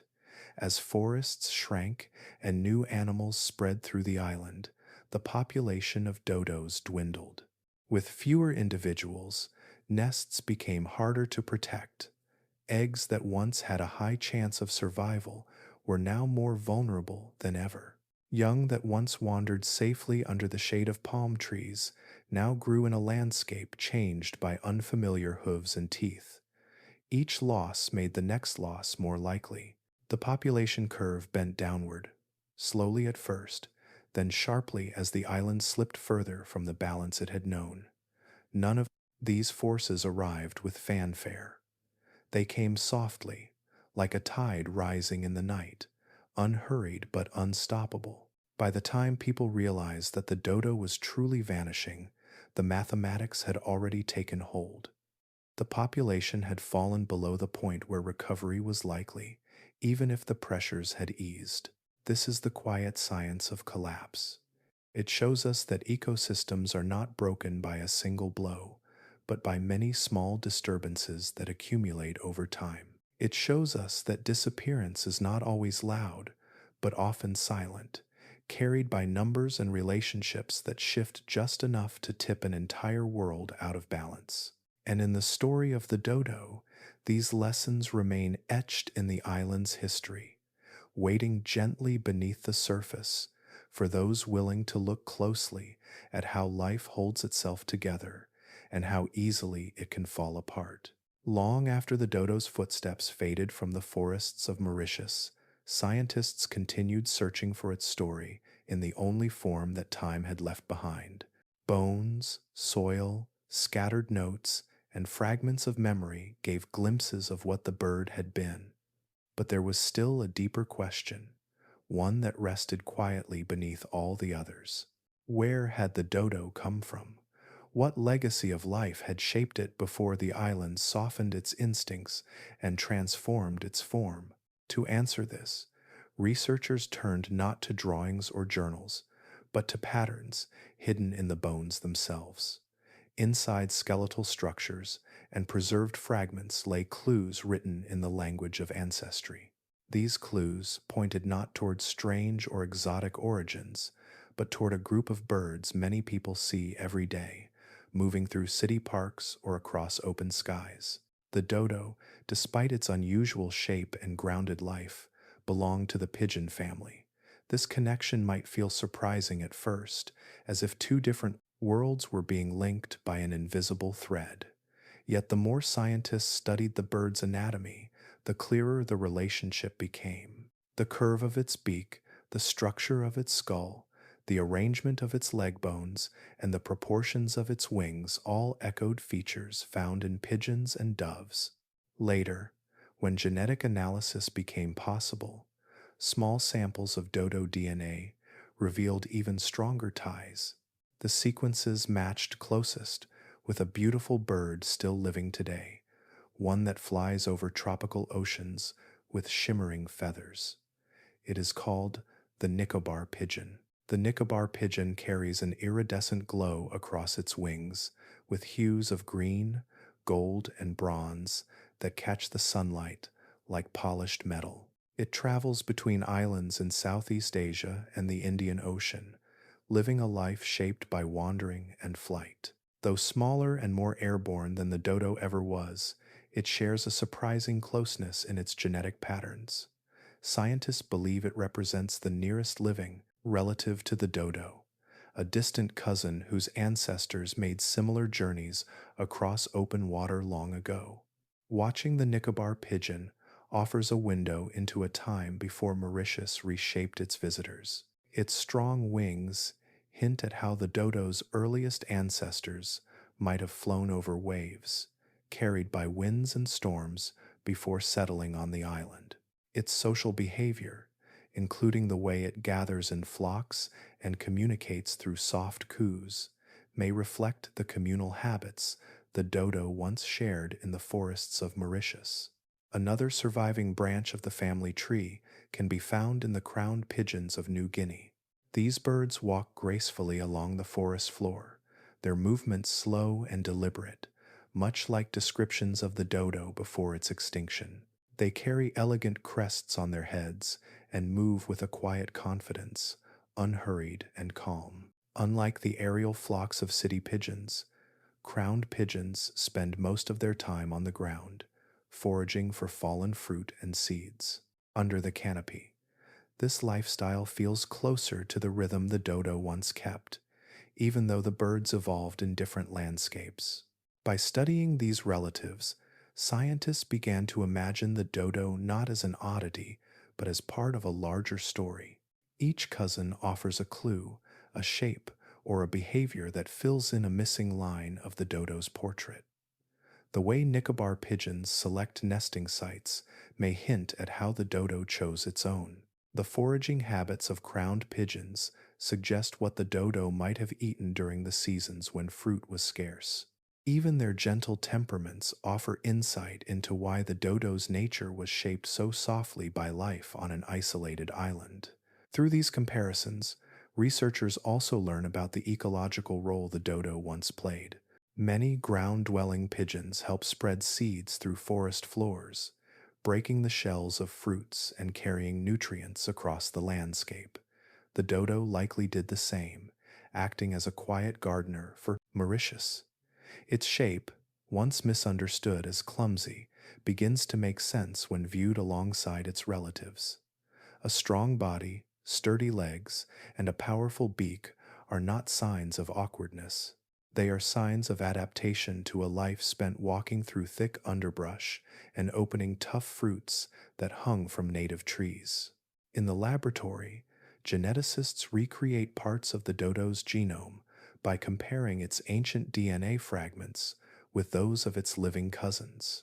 The differences show how isolation sculpted the bird over thousands of years, while the similarities reveal the deeper inheritance it carried from the skies. Each discovery builds a bridge between past and present, linking a vanished species with the ones that survive today. To see a Nicobar pigeon flash its colors in the sunlight, or to watch a crowned pigeon glide quietly across the forest floor, is to glimpse echoes of Mauritius before its world shifted. These birds are living reminders of a lineage that once stretched farther, shaping creatures whose stories ended too soon. In their feathers, their movements, and their calls, the dodo's legacy continues to breathe, not as a ghost, but as a whisper of what once lived and what evolution can craft when time, place, and silence work together in their ancient rhythm. By the time the dodo's bones were lifted from the quiet marshes of Mauritius and carried across oceans, the world had already formed an image of the bird that bore little resemblance to reality. This image did not come from science, nor from careful observation. It came instead from a long trail of sketches, paintings, and stories created during the centuries when people knew of the dodo only through memory and imagination. In the 17th century, when sailors first described the bird, artists in Europe relied on second-hand accounts. Most had never seen the dodo themselves. They depended on written notes or hurried drawings made by travelers, many of whom had spent only a short time near the creature. These early images were often rough, shaped by curiosity rather than accuracy. Some showed the dodo as round and swollen, with feathers fluffed like a pillow. Others made its head oversized, its legs stubby, or its posture almost cartoonish. As these sketches spread through books and natural history collections, a strange transformation began. Each new artist copied the previous one, adding their own interpretation.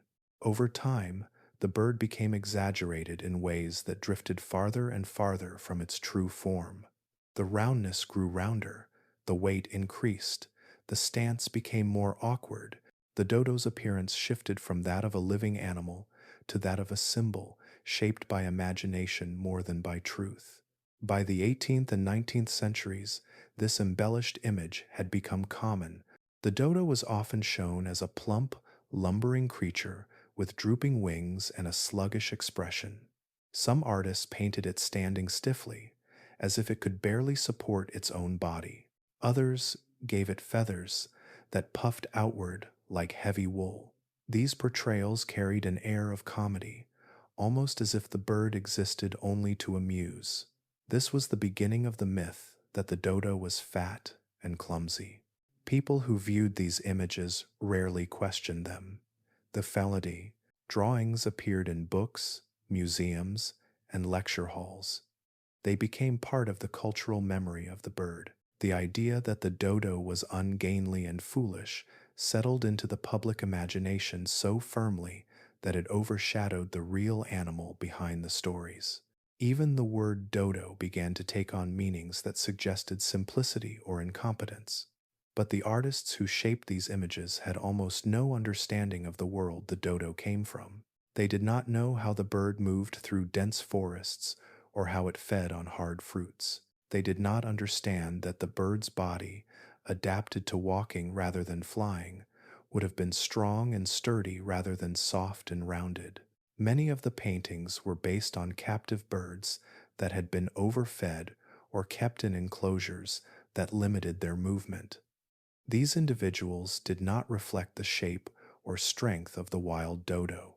It was only in the modern era, when science and technology offered new tools, that the truth began to rise gently. Through these layers of misunderstanding, forensic artists, paleontologists, and anatomists began studying the dodo's bones with fresh eyes. They looked not at the drawings, but at the structure of the bird itself. They measured the thickness of leg bones, examined the weight distribution of the pelvis, and studied attachment points where muscles once anchored. These details told a different story. The dodo was not a balloon-shaped creature. Its bones revealed a bird built for strength. Its legs were thick and powerful, capable of steady movement through uneven terrain. Its torso, though large, was proportioned for balance rather than bulk.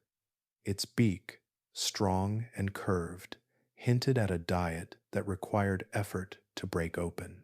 The musculature that once wrapped around these bones would have given the bird a firm, robust outline rather than the soft, comic shape seen in old paintings. Modern reconstructions, guided by science rather than imagination, show the dodo as a capable animal.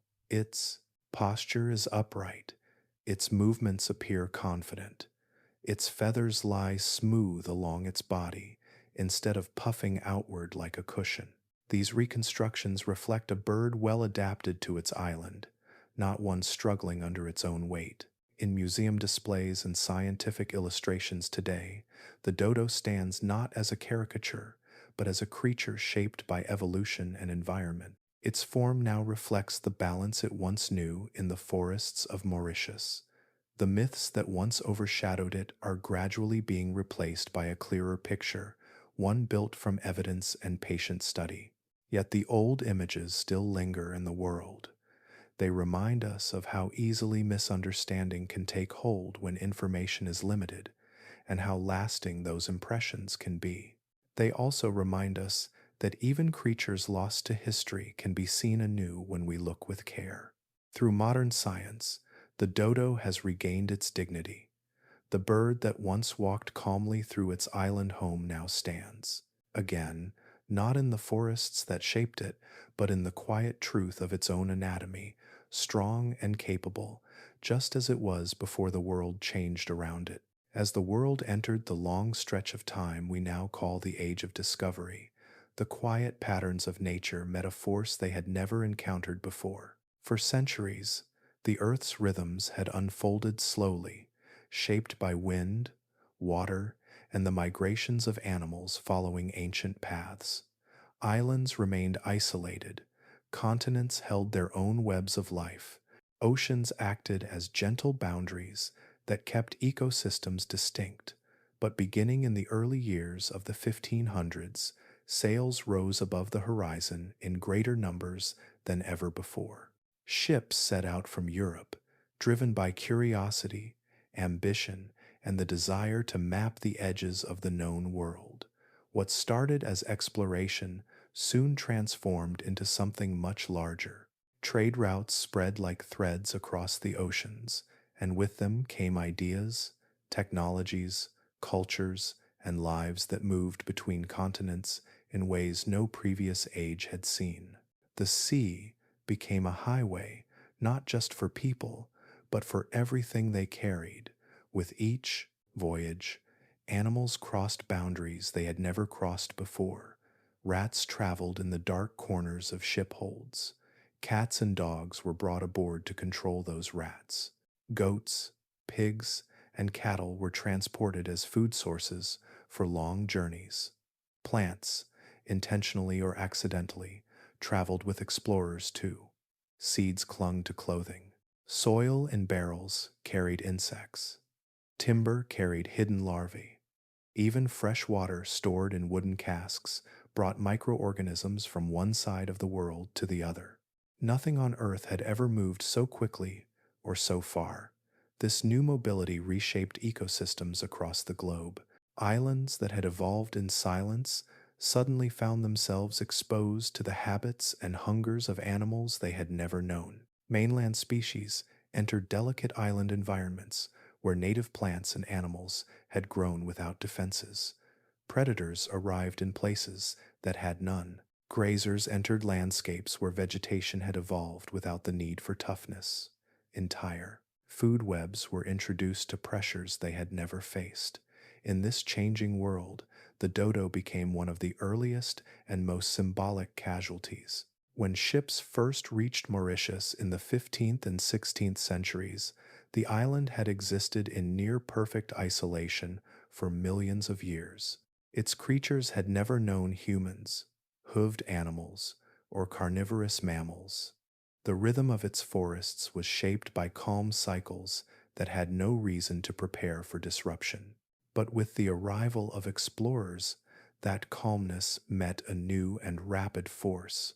Human settlements began to form, first as temporary rest points along trade routes, then as permanent structures supporting growing colonial ambitions. Forests were cleared to make space for timber yards, gardens, and shelters.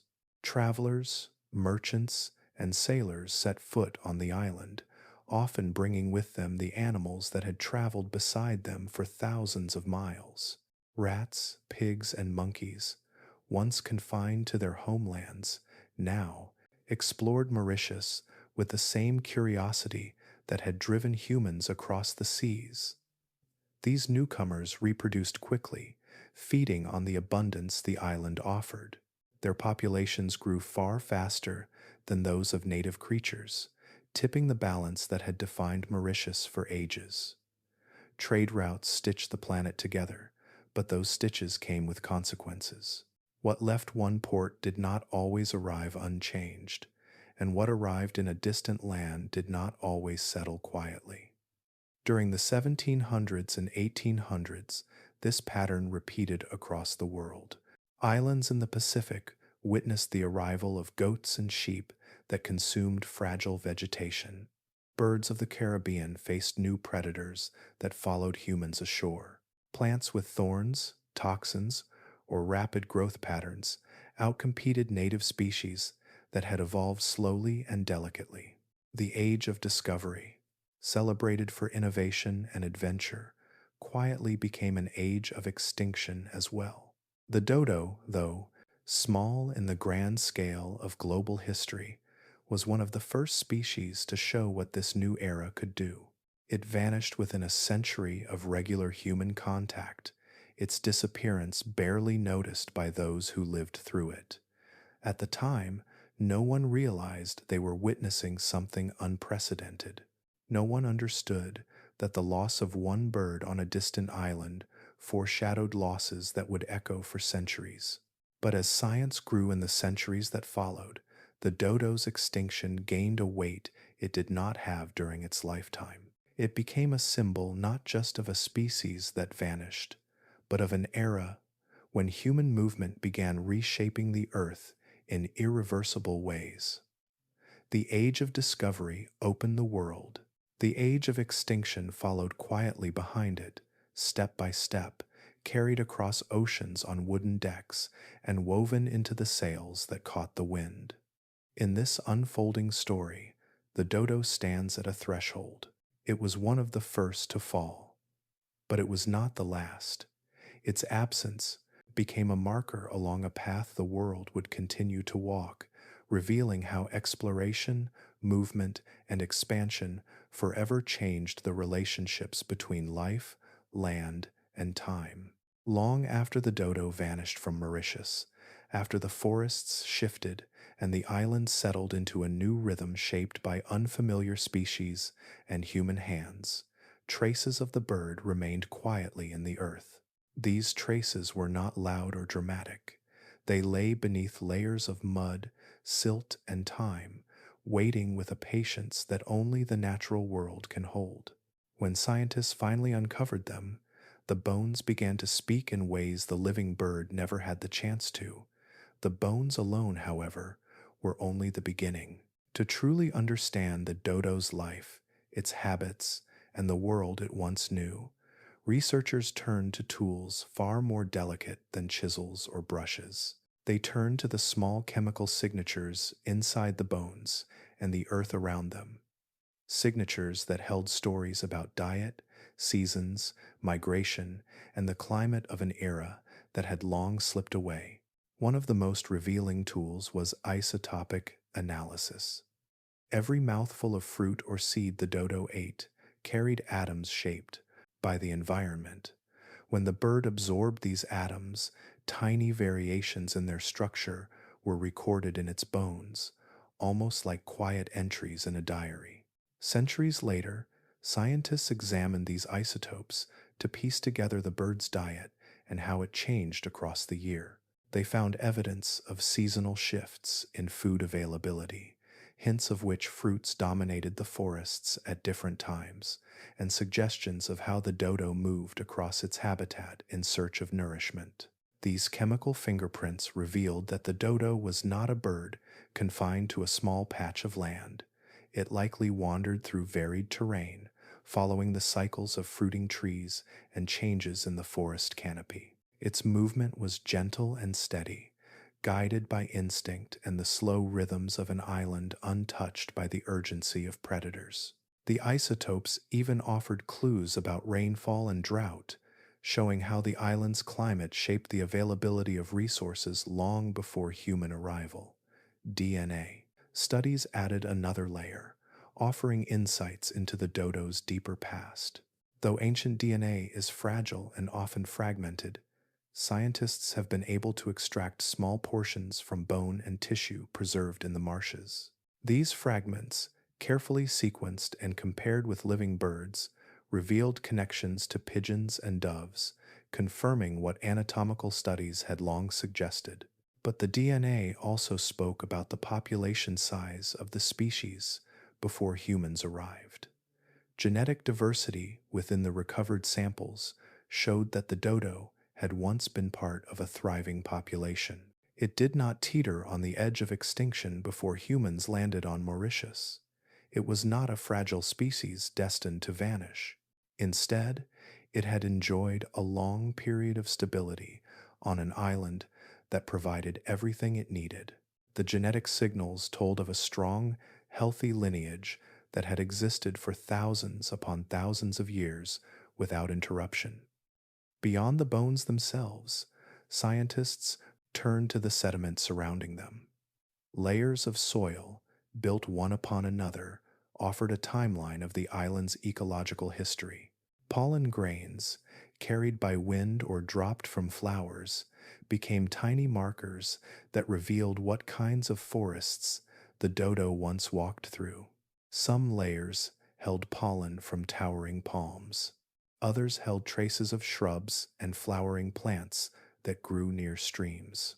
These microscopic clues painted a picture of a lush landscape filled with diversity, a world that supported not just the dodo, but countless other species whose lives intertwined with the birds.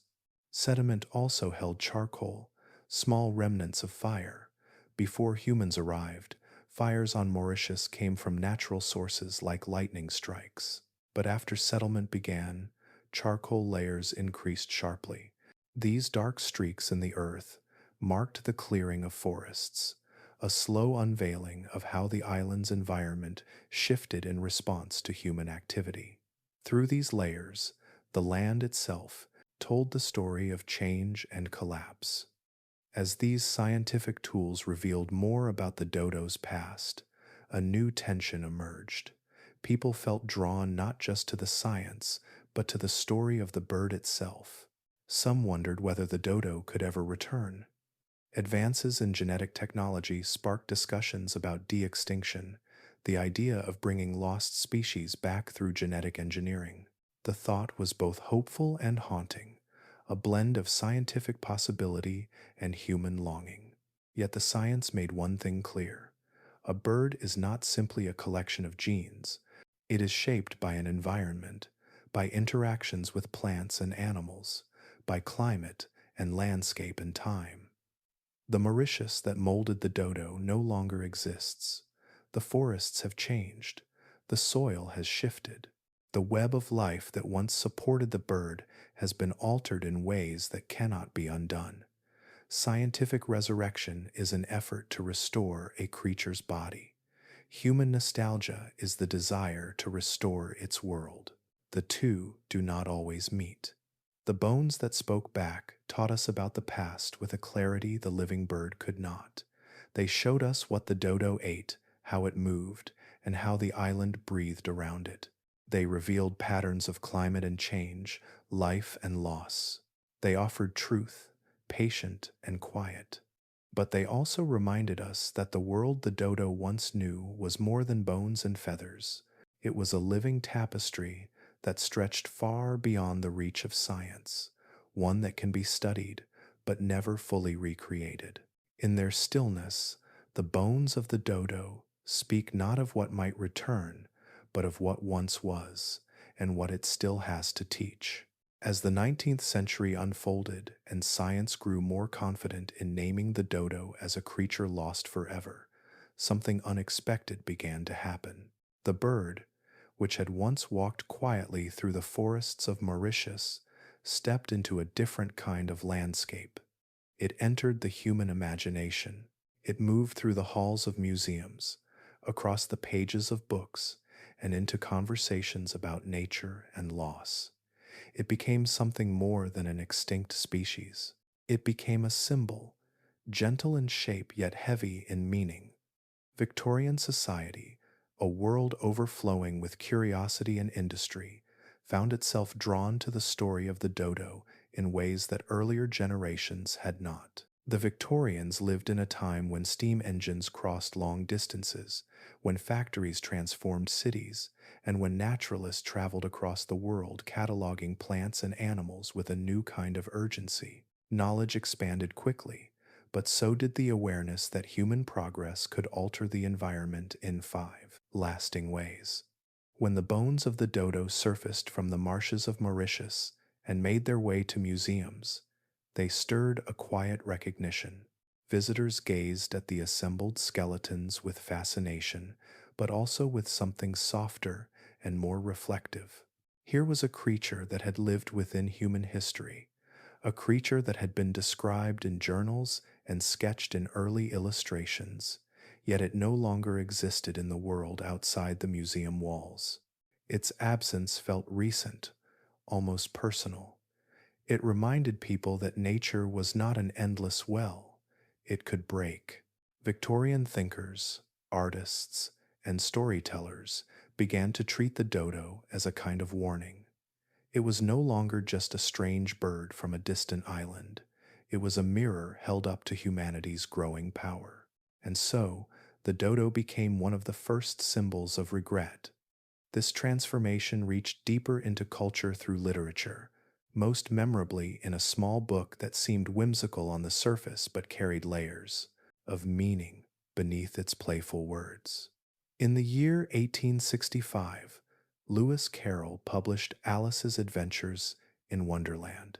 Within this dreamlike tale, a dodo appears among the curious creatures Alice encounters. It stands calmly, slightly confused, yet dignified in its own way. It helps organize a nonsensical race. It speaks with gentle authority. Many readers did not know that Carroll had chosen the dodo for a personal reason. He occasionally stuttered, especially when introducing himself, and would sometimes pronounce his name as Do Dodgson. The dodo became a quiet reflection of that quirk, a way for the author to place himself inside his own story without drawing attention to the symbolism. But the choice carried more weight than he may have intended. In Carroll's world, the dodo is a creature that time forgot. It stands beside Alice like a small echo of history, a reminder that some beings slip from the world before we notice what they meant. The image was not meant as a scientific statement, yet it shaped public imagination. It softened the bird's legacy and wrapped it in a layer of melancholy charm. Children saw the dodo and felt curiosity. Adults saw it and sensed a deeper truth beneath its calm grin. As the book spread through Victorian homes, the dodo found a place not just on the page, but in the cultural mind. It became a creature that represented vanishing, not in anger or tragedy, but in quiet reflection. It became an early emblem of ecological loss, at a time when the very idea of species disappearing forever was still new and unsettling. Why did the dodo become this symbol when so many other creatures had vanished before it? Part of the answer lies in proximity. Its extinction happened within the reach of recorded history. People could trace its story from life to disappearance. They could read first-hand descriptions of the bird walking calmly towards sailors, then read later journals that no longer mentioned it at all. Its absence formed a clean, undeniable line, but there was something else too. Humans often need symbols to understand their mistakes. A symbol gives shape to something abstract. Regret becomes easier to grasp when held in the outline of a creature that once lived and no longer does. The dodo, with its gentle posture and quiet history, became a vessel for that recognition. It allowed people to look at the consequences of human expansion without turning away. It allowed them to wonder what could have been done differently. In this way, the dodo did not simply fade into the pages of natural history. It turned into a guide showing how fragile the threads of life can be and how quickly they can unravel when the world changes faster than evolution can follow. Victorian society embraced the dodo as a reminder of responsibility, woven not through dramatic speeches, but through quiet reflection. And so, a bird that once lived without fear on an island far from the busy centers of the world became one of the first global symbols of loss, memory, and the long echoes of human action. As the centuries passed and the dodo's form shifted from rumor to symbol, science continued to move quietly beneath the surface of our understanding. Museums held its bones in cabinets, researchers compared sketches and notes, and naturalists continued to wonder how this gentle bird had once lived. Yet for all the questions answered by anatomy and sediment, one mystery remained untouched. Locked inside the very cells that had first shaped the dodo on its island home. Could anything of the dodo still be living at the smallest scale? The idea began to stir when researchers realized that subfossil remains, the partly preserved bones that had rested in the marshes of Mauritius for centuries, might still carry tiny fragments of the bird's DNA. These bones were not fossilized into stone. They still held minerals, trace proteins, and in some cases, microscopic remnants of genetic material that had survived in the damp, protective mud of the Mauritius. Recovering this DNA required patience. The fragments were shattered by time, chemical changes, and centuries of warmth, but modern techniques were gentle enough to lift small strands from these bones and coax their sequences back into visibility. Scientists used tools so sensitive they could detect the faintest whisper of genetic code hidden among contaminants and decay. Piece by piece, the genome began to return, not as a complete map, but as scattered notes of a song once sung by the living bird. These strands carried stories that anatomy alone could never reveal. They spoke of the bird's ancestry, its adaptations, and the long journey its lineage had taken before reaching Mauritius. Researchers compared these fragments with the genomes of living birds, especially the Nicobar pigeon and crowned pigeons, whose genetic signatures had already hinted at a close relationship. The comparisons acted like lanterns in a dim room, illuminating connections that had been invisible for centuries. Through this genetic work, scientists confirmed with remarkable clarity that the dodo was part of a broader family of pigeons and doves. It had not emerged from nowhere, nor was it a strange evolutionary outlier. Its DNA showed how isolation had gradually shaped its form, altering genes related to flight, metabolism, and size. Certain regions of the genome revealed how the bird's body shifted to match an island world without predators. Other regions hinted at the ancient traits still shared with its flying cousins. This work did more than confirm the dodo's place on the tree of life. It bridged the distance between past and present, showing how evolution flows like a river through time, carrying familiar patterns into unfamiliar forms.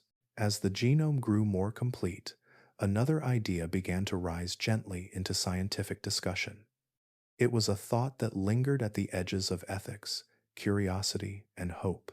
If a species' DNA could be recovered, even in fragments, could the species itself ever return? The earliest discussions of de-extinction emerged not as grand proposals, but as quiet questions whispered among geneticists and conservationists. Some saw the possibility as a form of redemption, a way to acknowledge the past and rewrite a small piece of it. Others saw it as a scientific challenge, a puzzle whose solution could advance the technology needed to protect endangered species today. The idea was simple to describe, yet incredibly complex in practice. If enough of the dodo's genome could be pieced together, and if a closely related living bird could serve as a base, perhaps genetic engineering could introduce dodo DNA into the cells of a modern pigeon. Those cells could potentially grow into tissues, organs, and eventually an embryo. The result would not be a perfect dodo. It would be something shaped by both ancestry and technology, a creature born of scientific reconstruction rather than natural history. But the conversations that followed revealed a deeper layer beneath the technical challenge. What does it mean to resurrect a species? A species is not only its DNA, it is its behavior, its ecology, its interactions with a world that may no longer exist. The Mauritius of today is not the Mauritius the dodo knew. Its forests have changed. Its predators have changed. Its soils and seasons are no longer the same. The web that once supported the dodo's life has frayed and reshaped itself. Even if science could recreate the body, it could not recreate the world that body belonged to. Still, the discussions continued, not in haste, but in quiet reflection. De-extinction became a symbol of possibility. It showed how far humanity had come in understanding life at its smallest scale. It also showed how deeply people longed to mend the tears left by the past, to reach across time toward a creature that once moved without fear through a peaceful island. The genome did not resurrect the bird in flesh, but it resurrected its story in a new way, revealing patterns written in the language of molecules. It allowed the dodo to speak once more, not through feathers or footsteps, but through the delicate code that had shaped every part of its existence. In this way, science gave the dodo a different kind of return, a return not to forests or sunlight, but to understanding. A return that reminded us that the smallest fragments of life can carry histories large enough to reshape our view of the past and perhaps guide our care for the future.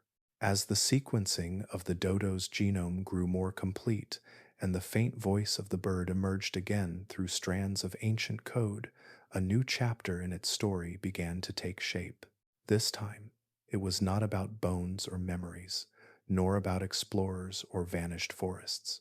It was about the future and the way modern science had begun to reach gently into the past with tools that could alter the course of life itself. Among these tools sat a method that had reshaped biology in only a few short years. CRISPR, a technique that allows scientists to edit genes with extraordinary precision, brought with it possibilities that once belonged only to imagination. Researchers wondered if this technology could take the pieces of dodo DNA recovered from subfossil bones and stitch them into the genetic fabric of a living bird. If enough fragments could be restored, and if a close relative like the Nicobar pigeon could serve as a vessel, then perhaps a new bird could grow from an egg carrying elements of the dodo's ancient identity. This idea was not spoken loudly at first. It appeared quietly in conferences and scientific discussions, shaped more by curiosity than ambition. But as technology advanced, the thought of recreating the dodo became more than an abstract question. It became a proposal, then a project, and eventually a subject of debate far beyond laboratories. Some people looked at the possibility with a sense of hope. They saw it as a way to repair a wound left by human hands centuries earlier. If humans had driven the dodo to extinction, they reasoned, perhaps humans now had a chance to reverse a small piece of that damage. CRISPR became a symbolic thread, offering a way to weave fragments of lost life back into the fabric of the world. But others approached the idea with caution. They saw not redemption, but a reflection of a familiar pattern. Humans had once reshaped Mauritius without understanding the consequences. They had altered ecosystems through exploration, trade, and expansion. Now, with far more powerful tools, were we at risk of repeating that same confidence, but on a deeper scale? Were we reaching again into nature with the assumption that we could control the outcome? At the heart of the debate was a question that stretched far beyond the dodo. What does it truly mean to bring back a species? A species is not defined only by its genes. It is shaped by its environment, by its food, its predators, its climate, and the rhythms of the world it inhabits. The dodo that once walked across Mauritius belonged to a landscape that has changed almost completely. Forests have been altered. Invasive species remain deeply rooted. Many plants that depended on the dodo have become rare, and some no longer bear fruit the way they once did. Even the soil, shaped by centuries of new pressures, is no longer the same. If a genetically engineered dodo were to hatch tomorrow, it would not step into the world its ancestors knew. It would step into a world where its evolutionary story has been interrupted. Its instincts might not match the challenges of the present terrain. It might not recognize the food now available, or understand the dangers that exist where no dangers once lived. This raised a quiet but significant question among ethicists and ecologists. Would reintroducing a dodo be an act of restoration or an act of displacement? Would it honor the species or create a new creature caught between history and invention? Some scientists argue that a resurrected dodo would act as a living reminder of the consequences of extinction, inspiring conservation efforts for endangered species today. They see the project not as an attempt to recreate the past, but as a tool to shape a more mindful future. The techniques developed could help protect birds on the brink of disappearing, long before they reach the same fate as the dodo. Others believe that focusing on de-extinction risks shifting attention away from the urgent need to protect the species that still remain. They worry that the idea of bringing animals back could dull the weight of loss, making extinction seem less final than it truly is. These discussions are not arguments of right versus wrong. They are reflections of how humanity now stands at a threshold, holding the power to reach into both the past and the future with a delicacy never known before. The question is not only whether we can bring back the dodo, but whether doing so would honor the intricate balance of nature or unsettle it further. In the quiet spaces of laboratories, where fragments of ancient DNA are compared with those of living birds, the potential for resurrection continues to grow. Yet each discovery brings with it the reminder that the world the dodo once knew has vanished into memory. To reintroduce a species is not simply to recreate its body. It is to recreate its place in the world, or to accept that its place has changed beyond recognition. And so, the ethics of resurrection rests not only in science, but in humility. It asks us to listen closely, to look carefully at the past, and to step thoughtfully into the future. It reminds us that the power to bring life back is intertwined with the responsibility to understand what life needs in order to truly return. In this unfolding conversation, the dodo remains at the center, not as a creature waiting to hatch, but as a guide urging us to consider what it means to repair, to remember, and to move forward with care. As the story of the dodo moved from the forests of Mauritius into museums, books, laboratories, and quiet conversations about loss, something subtle began to take shape within us. The bird, once just a gentle inhabitant of an island far from the centers of human life, became a kind of mirror, not one made of glass or polished metal, but one held up by the passage of time, reflecting something deeper and more human than anyone expected. Before the dodo, extinction was often imagined as a distant phenomenon, shaped by storms, floods, or the slow churn of geologic ages. People believed that every creature ever created still lived somewhere in the world, hidden in forests or oceans or mountain valleys. Disappearance felt impossible. Life was assumed to be endless, untouched by human hands. But the dodo's absence changed this understanding. For the first time in recorded history, humanity realized that a creature had vanished not because of natural cycles, but because of human presence. The dodo became the first extinction that carried a clear imprint of human influence. As Victorian scientists pieced together its bones and traced its story, they saw not only the life of a bird, but the consequences of exploration, settlement, and the quiet assumptions that guided human expansion. In this recognition, the dodo became a psychological mirror. On one side of that mirror rested the human capacity for conquest. Throughout history, people had moved across landscapes, building homes, clearing forests, and shaping environments to fit their needs. They carried animals with them for food, work, and companionship. They altered ecosystems without always realizing that each change sent ripples through the world around them. On the other side of the mirror rested something gentler, a capacity for empathy, reflection, and care. When the dodo disappeared, this part of humanity stirred quietly, as if awakened by the sudden understanding that actions can outlive intention. People saw, in the dodo's story, a glimpse of themselves not as explorers or conquerors, but as participants in a vast web of life. This shift was neither dramatic nor immediate.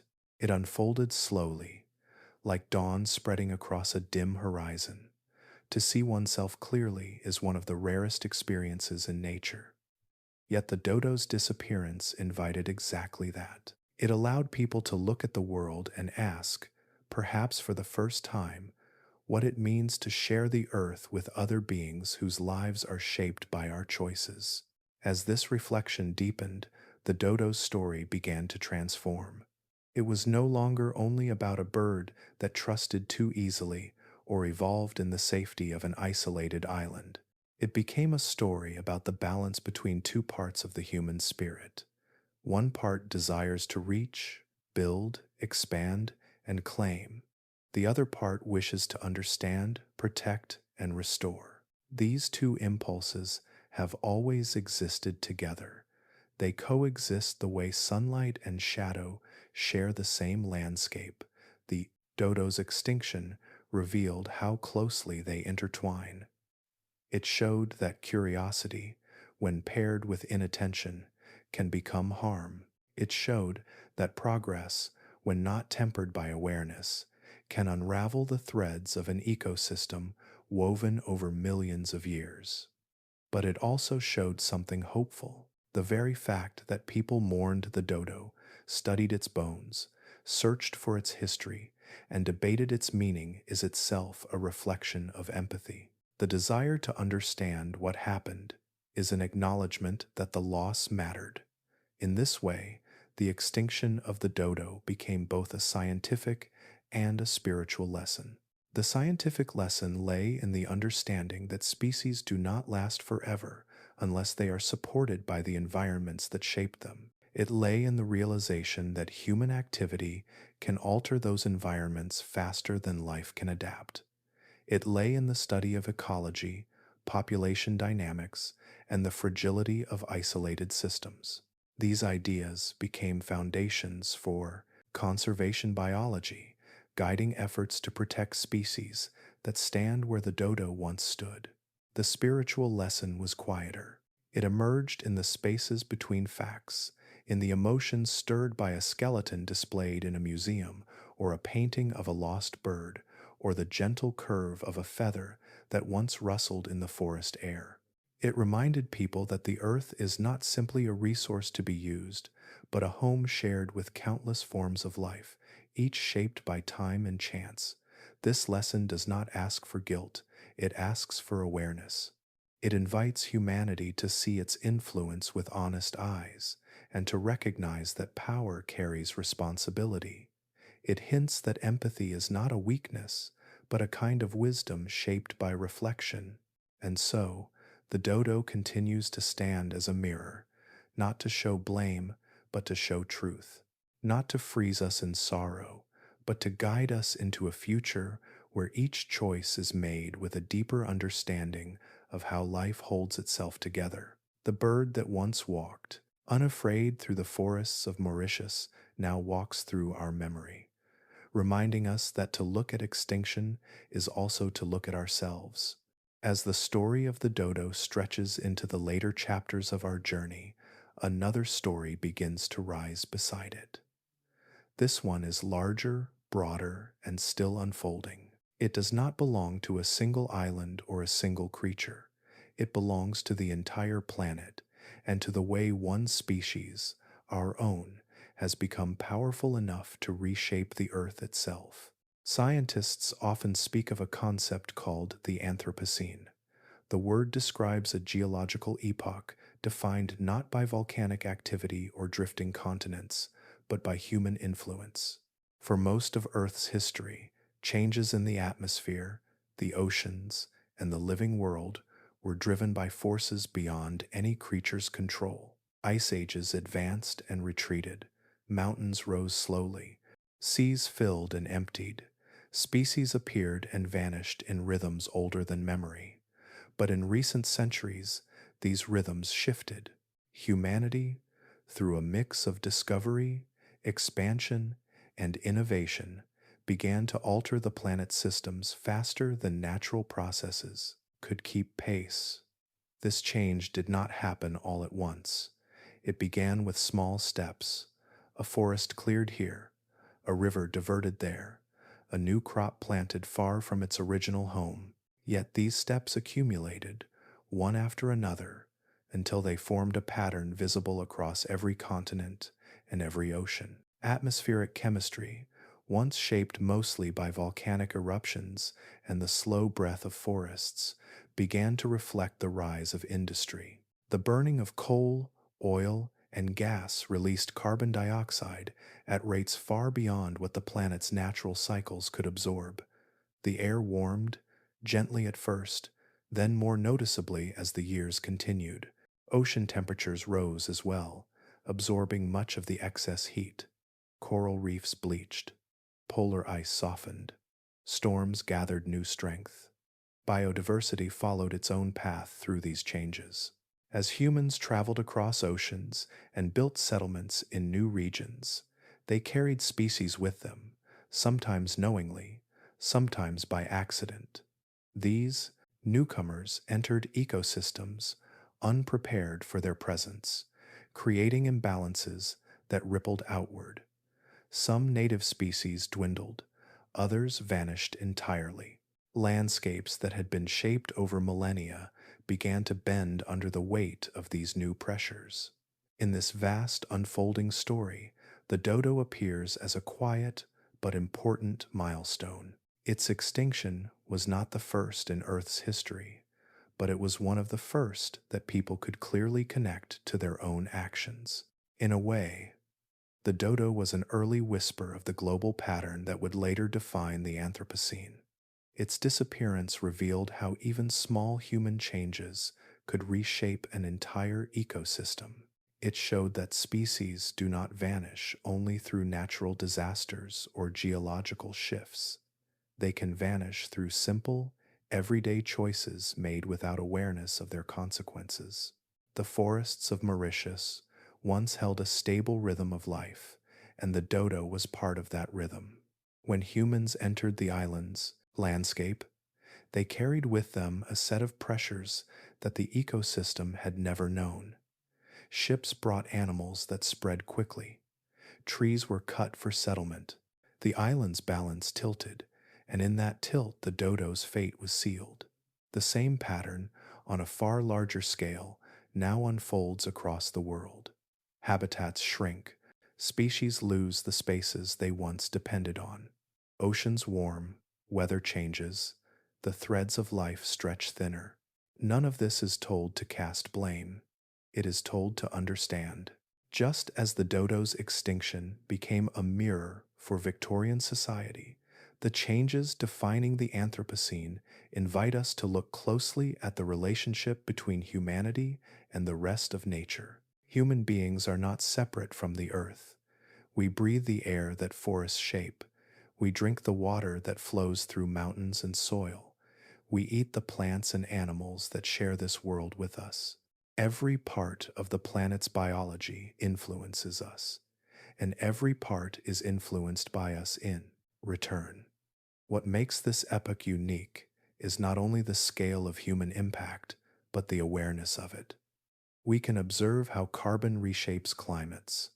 We can track how species shift their ranges in response to warming. We can measure how oceans rise and how forests retreat. We can study all of this with clarity, using tools that reveal the delicate connections in the natural world. And in that awareness lies something quietly powerful. The same species that altered the world has the ability to understand those alterations. The same hands that changed ecosystems can choose to protect them. The same curiosity that once led explorers across oceans can now guide us toward gentler forms of stewardship. The dodo, though long gone, remains a faint but important voice within this global conversation. Its story reminds us that change often begins unnoticed. It reminds us that extinction is not a distant event, but a process that can unfold quietly, step by step, until the last trace of a species and fades. It reminds us that the threads holding ecosystems together are delicate, yet meaningful enough to shape history. As we move through this age shaped by human choices, the memory of the dodo follows beside us, not as a warning shouted across centuries, but as a soft echo. It asks us to listen. It asks us to learn. It asks us to see the world not as something we stand above, but as a living community we belong to. In this way, the first whisper of the Anthropocene did not come from machines or factories. It came from a bird that once walked gently through the forests of an island far from the busy centers of the world. And that whisper continues, carried through time, inviting us to look carefully at the path ahead. Echoes rose from the southern reaches of Australia in the rugged wilds of Tasmania. The Tasmanian tiger, also called the thylacine, moved through eucalyptus forests and open plains with a quiet, measured gait. Its striped back gave it a tiger's name, but it was not a tiger at all. It was a marsupial, related more closely to kangaroos than to any big cat. For thousands of years it lived in balance with the land, hunting small animals, raising its young in a pouch, and settling into the rhythms of its rugged home. When European settlers arrived in Tasmania, the thylacine's world changed abruptly. Sheep farming spread across the land, and the thylacine, misunderstood and feared, was labeled a threat. Bounties were offered for its capture. Habitat shrank as forests were cleared. Disease weakened surviving populations. By the early 1900s, the species had dwindled to only a handful of individuals. The last known Tasmanian tiger died in a concrete enclosure in 1936. Its world reduced to stone walls and metal bars. Its story, though distant from the dodo's island home, mirrored the same collision between human expansion and a species unprepared for the sudden pressures placed upon it. Fear, misunderstanding, and rapid environmental change had once again pushed a creature beyond the edge of survival. Far from Tasmania, in the warm waters of the Caribbean, another story unfolded beneath the sunlit waves. The Caribbean monk seal, with large dark eyes and smooth whiskered faces, once lounged on sandy shores and shallow reefs. They were gentle, slow-moving seals, feeding on fish and crustaceans in turquoise waters that glowed with life. Early sailors described them as trusting and curious, unafraid of approaching boats.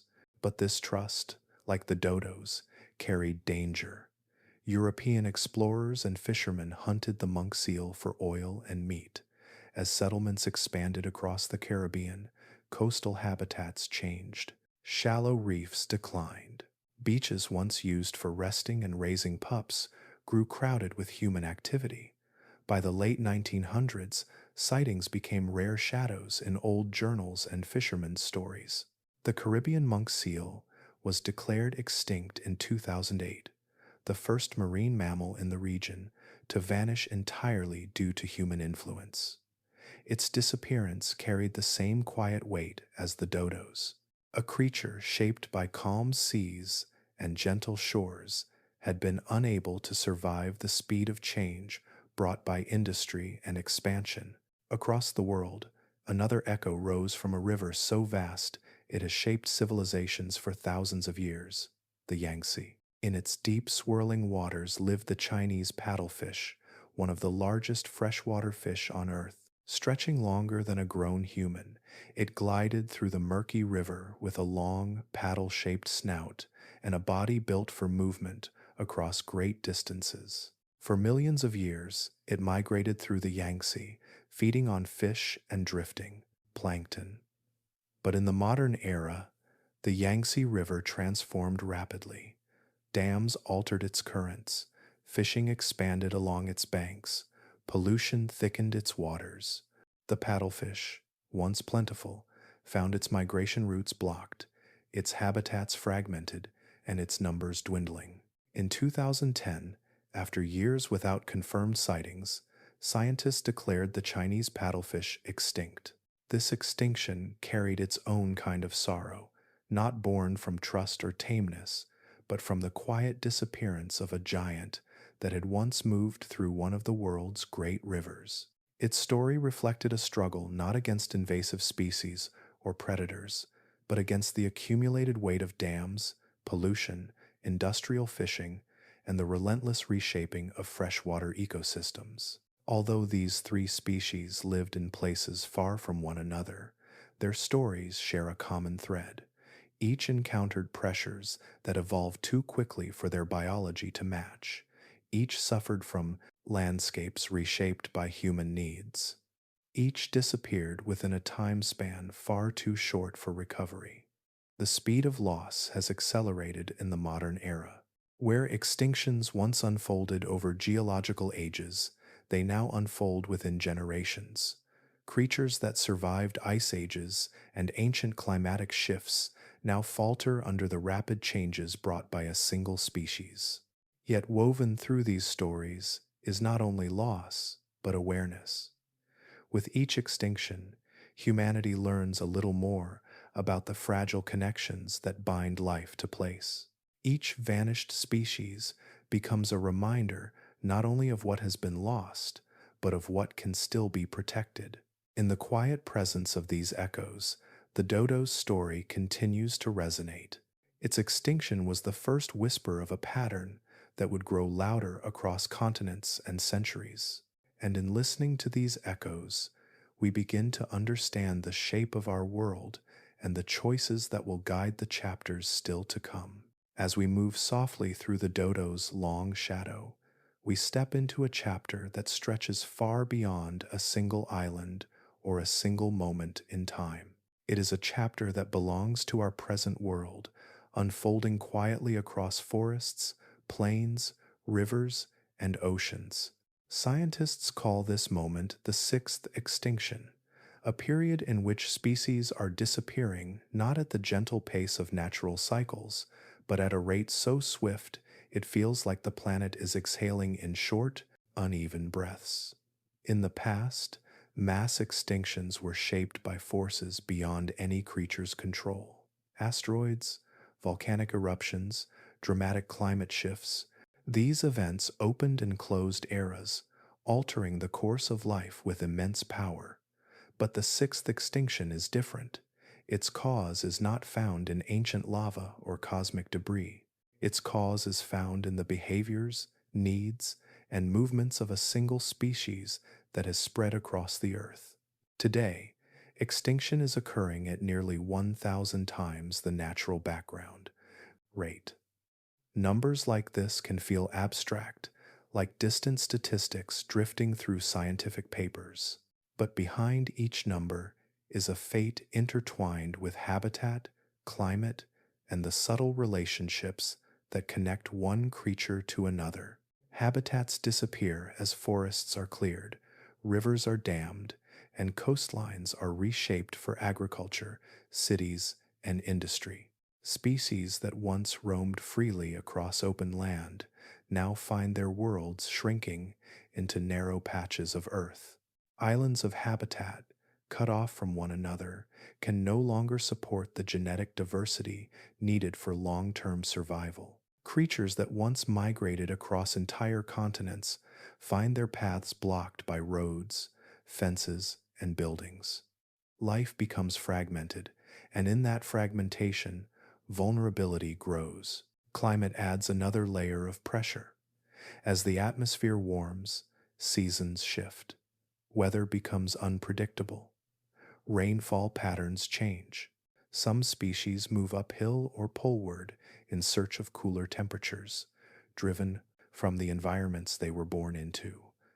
Others cannot move at all, bound to a landscape that transforms around them. Coral reefs bleach under heat. Mountain snowmelts come earlier than ever before. Entire ecosystems begin to move, adapt, or fade. And then there are the invaders, the new colonizers of the modern era. These are not explorers arriving with flags and maps. They are plants, insects, fungi, and animals transported by global travel, trade, and the interconnected systems of human life. Some arrive accidentally, hidden in crates, ballast water, or transported soil.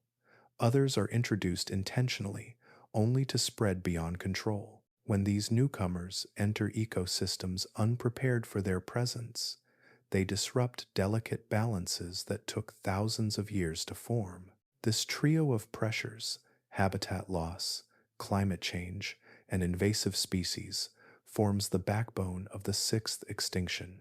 They operate quietly, persistently, often unnoticed until the effects become too large to ignore. And within this vast unfolding pattern, the story of the dodo appears not as a relic of the past, but as a microcosm of our present moment. The dodo vanished because its world changed faster than evolution could adapt.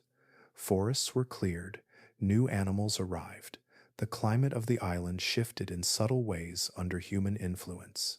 The balance that had supported the dodo for millions of years collapsed in the span of a few decades. This is the same collision we see today, repeated across continents. A butterfly loses its breeding ground as prairies are plowed into farmland. A small mammal disappears from a forest as temperatures rise beyond its tolerance. A bird vanishes after a predator is introduced to an island where the bird never learned to fear teeth or claws. The dodo's story was once seen as an exception, a rare tragedy on a faraway island. Now, it looks more like an early chapter in a much larger narrative. Its extinction revealed, long before global science understood the scale of human impact, how fragile ecosystems can be when they meet forces they were never shaped to endure. In this way, the dodo became a quiet preview of the pressures the world now faces. It showed how innocence, specialization, and isolation can turn into vulnerability when new conditions appear too quickly. It showed how a species can vanish before most people even notice its decline. And it showed how the loss of one creature can unravel connections in an ecosystem that seemed, at first glance, unbreakable. Yet in telling this story, we are not walking into despair. We are walking into understanding. The sixth extinction is not a closed fate. It is a mirror, much like the dodo once was, reflecting the choices shaping our world. Awareness gives rise to compassion, and compassion gives rise to action. The same hands that change landscapes can restore them. The same knowledge that reveals decline can guide recovery. The same curiosity that once drove exploration now fuels conservation. The dodo's fate lives within this moment not as a warning shouted across centuries, but as a soft reminder that life's balance is delicate and that each choice we make gently shapes the world to come. And so, in the quiet space where past and present meet, the dodo stands once more as a guide, showing us how far we have come and what still lies ahead. As the weight of the sixth extinction settles gently across the story we have been exploring, another thread rises beside it, quiet yet steady. It is a thread made not of loss, but of resilience. It reminds us that even within a world shaped by rapid change, some species have been carried back from the edge, guided by hands that finally understood their fragility. These recoveries are not miracles, they are lessons, written slowly across decades, showing how awareness can soften the same forces that once caused collapse. One of the clearest examples lives high in the skies of North America, where wide wings cut through desert thermals. The California condor, a bird with a wingspan longer than many humans are tall, once soared across the continent in great numbers. For thousands of years it glided above cliffs and canyons, feeding on the remains of animals left by nature's steady cycles. But as humans expanded across the land, the condor's world began to shrink. Lead from discarded, ammunition poisoned its food, power lines rose where open sky once stretched freely, eggs struggled to survive in declining habitats. By the 1980s, the species had dwindled to only a handful of living birds. Scientists faced a difficult choice: allow nature to take its course or intervene in a way that had never been attempted before. They chose intervention. Every remaining condor was brought into human care. Breeding programs were created with careful patience, guided by biologists who studied the bird's social behavior, nesting patterns, and slow reproductive rhythm. Years passed. Chicks hatched. Wings grew strong again. When enough young condors filled the aviaries, they were released back into the wild, one cautious step at a time. Today, their numbers have grown into the hundreds. They are not safe, but they are alive, returning to landscapes where their shadows had once completely vanished. Far across the Pacific Ocean, on the forested slopes of New Zealand, another story of rescue unfolded. The kakapo, a large flightless parrot with soft green feathers and a curious, gentle nature, once wandered the land in peaceful abundance. But when predators like cats, stoats, and rats arrived with human settlement, the kakapo's world narrowed rapidly. The bird had evolved without danger, much like the dodo. It nested on the ground. It trusted the world around it. That trust became vulnerability. By the late 20th century, only a small number of kakapo remained. Conservationists made a bold decision. They moved every surviving kakapo to predator-free islands, places where the ancient rhythm of the bird's life could continue without interruption. Biologists monitored each individual, learning their personalities, their preferred feeding grounds, even their unique voices. They provided supplemental food. They safeguarded nests. They watched over the species with a quiet dedication that stretched across generations. Today, the kakapo population is still small, but it is growing. New chicks hatch each year. The birds, once nearly gone, now live in protected pockets of forest where their soft calls drift into the night air. In the deserts of the Arabian Peninsula, another species stepped back from the brink. The Arabian oryx, a graceful antelope with long, straight horns and pale fur that glows in the sun, once moved across wide sand plains in herds. But hunting pressure pushed it into rapid decline. By the 1970s, the oryx was extinct in the wild, surviving only in a few zoos and private reserves. Scientists and conservationists gathered these remaining animals, careful to protect their genetic diversity. Breeding programs began. Years later, reintroduction sites were established deep in the desert, where the landscape shimmered with heat and wind. The oryx returned to its home step by step. Released herds adapted again to the rhythm of the desert. Calves were born beneath open skies. Today, the Arabian oryx moves freely across protected regions where its tracks once disappeared entirely. It is one of the first large mammals ever brought back from complete extinction in the wild. These three stories, though spread across distant continents, share a quiet truth. Awareness can reverse the same forces that once caused collapse. When people understand what a species needs to survive, and when they choose to act with patience rather than urgency, the tide can shift. Forests can be restored, hunting pressures can be managed, invasive threats can be controlled, entire landscapes can be shaped toward healing rather than loss. These rescues also reveal something deeper, something almost instinctive in the human heart. Hope can act as a kind of survival mechanism, not only for species, but for the people who care for them. When a condor's wings lift back into the sky, or when a kakapo chick peeks from its nest, or when an oryx steps quietly into the desert wind, these moments kindle a belief that decline is not the only direction life can move. Hope does not erase the challenges of the world or the speed of change shaping the sixth extinction, but it reminds us that the natural world is not a closed story. It is a living, breathing tapestry, and every thread can be strengthened when enough hands work gently together. As we continue through the tale of the dodo and the life that followed its disappearance, these stories sit beside us like small lanterns. They show that loss does not have to be final, that patterns can shift, and that the relationship between humans and nature can become one of restoration as much as one of impact.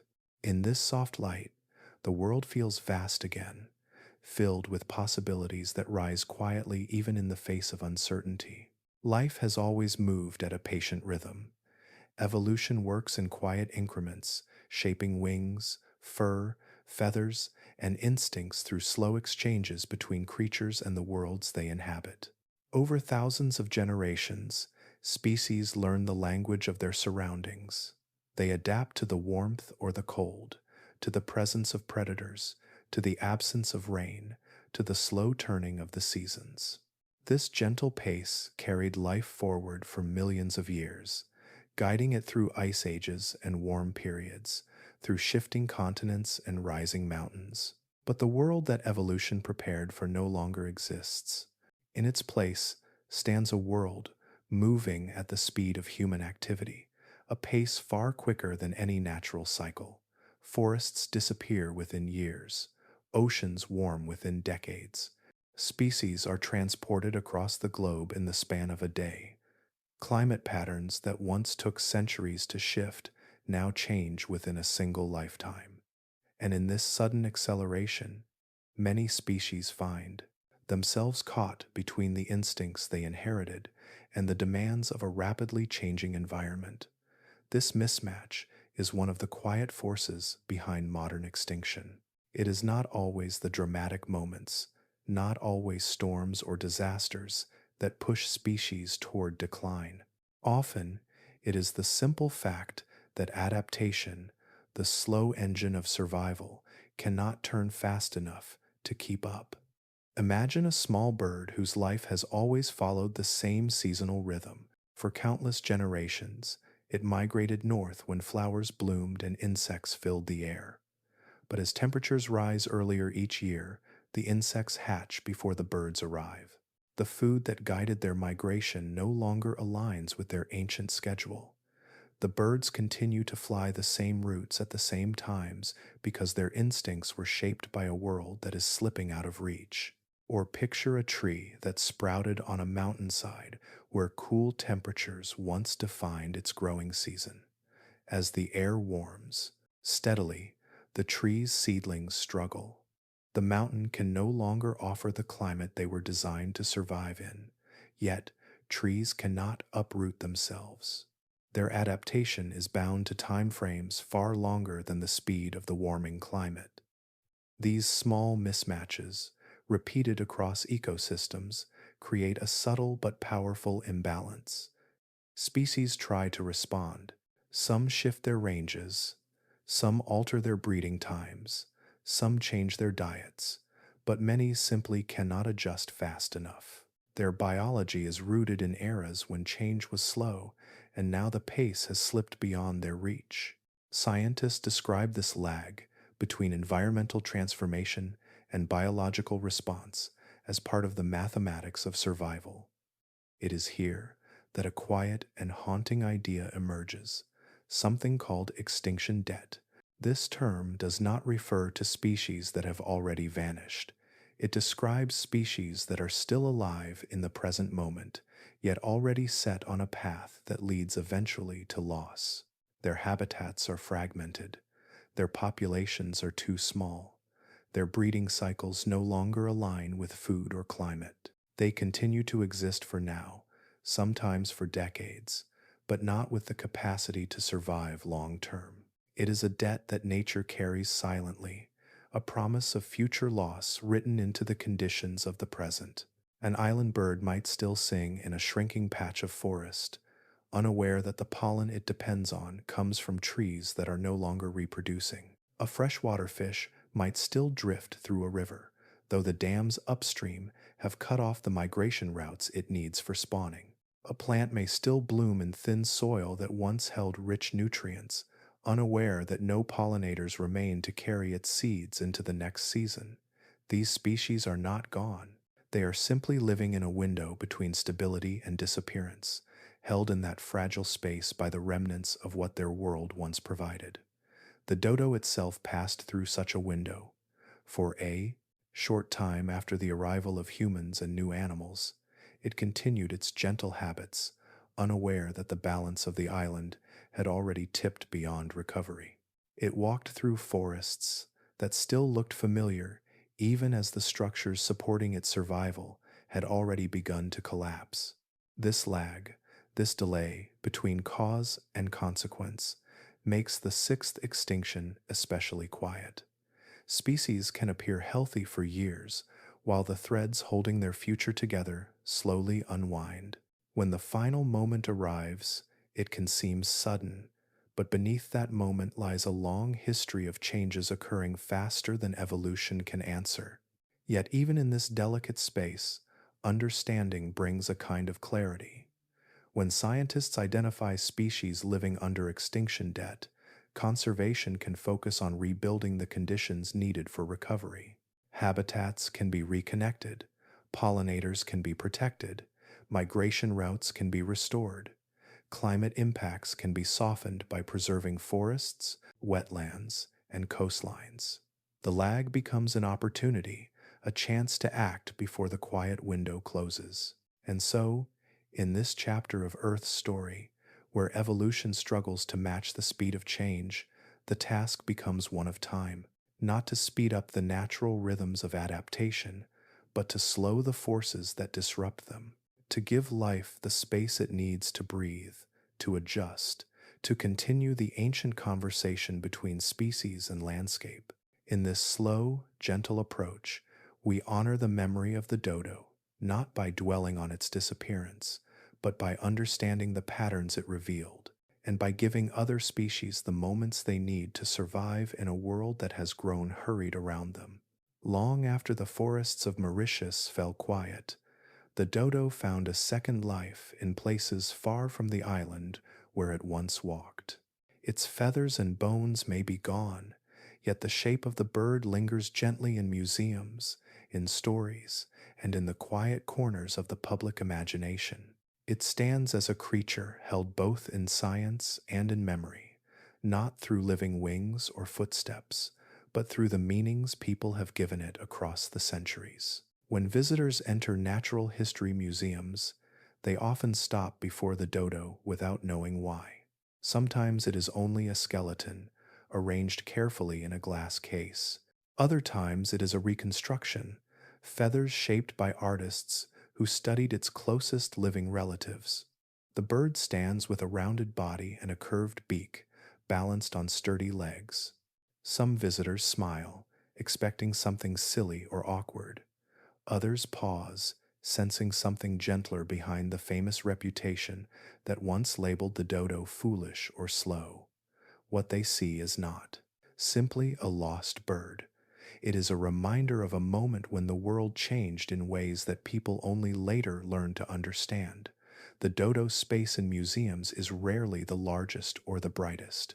Yet, it carries a weight that draws the eye and holds the imagination still for a moment.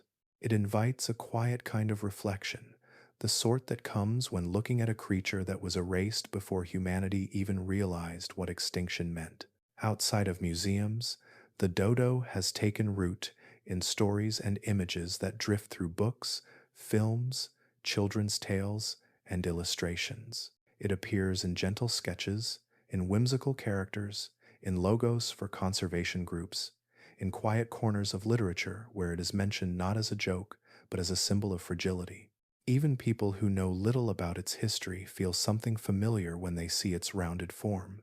The dodo has become part of a shared cultural language, woven into how we imagine lost worlds and forgotten animals. This connection is curious, because no living human has ever seen a dodo in motion. No one remembers its calls, or the way its feathers shifted in the wind, or the rhythm of its footsteps on forest soil. Yet the bird has a presence that feels strangely personal. Perhaps it is because its story mirrors patterns that continue today, or perhaps it is because the dodo is simple to understand, neither monstrous nor fierce. It was a bird that trusted the world it lived in, and that trust gives its memory a soft, familiar shape. Art has played a large role in shaping this connection. Early drawings exaggerated the dodo's size and awkwardness, creating an image of a clumsy bird that barely knew how to exist. But modern reconstructions, shaped by science and guided by a deeper respect for accuracy, paint a different picture. The dodo is now portrayed with strength in its legs, intelligence in its posture, and a calm sense of belonging to the environment it once inhabited. Artists blend scientific understanding with imagination, creating a bridge between what was known and what was lost. In this blending of art and science, something else emerges, something quieter but deeply human. The dodo becomes a vessel for collective guilt, a symbol of the first time humanity learned the cost of its presence. People see the bird and feel a tug of recognition, as if looking into a mirror reflecting the earliest steps of human influence on the natural world. It is rare for a species to become a symbol not only of itself, but of an entire idea. The dodo has done exactly that. This sense of guilt is not heavy or punishing. It is gentle, shaped by hindsight. It grows from the realization that extinction can come from ordinary actions, not only from grand or violent events. The dodo became extinct long before people understood ecology, conservation, or global patterns. In its absence, people discovered how deeply connected their actions were to the survival of other species. The bird became a quiet teacher, guiding future generations toward an awareness that did not exist during its lifetime. Modern visitors who pause before its skeleton may not think of scientific terms or historical dates. They might simply feel a soft ache, a curiosity about what the bird was like, or a wish that humanity had known more when it mattered. This emotional response is not sentimental. It is part of how humans understand loss. The dodo's story offers a safe place to explore that feeling because the tragedy has already happened. There is no danger of repeating the moment for the dodo itself. Instead, it becomes a reminder that can shape choices for the species still alive today. The meaning of the dodo has grown with time. It has become a bridge between knowledge and emotion, between art and science, between memory and responsibility.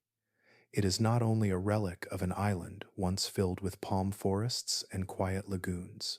It is a symbol carried gently across cultures, a quiet companion to discussions about extinction, conservation, and the role humanity now plays in shaping the earth.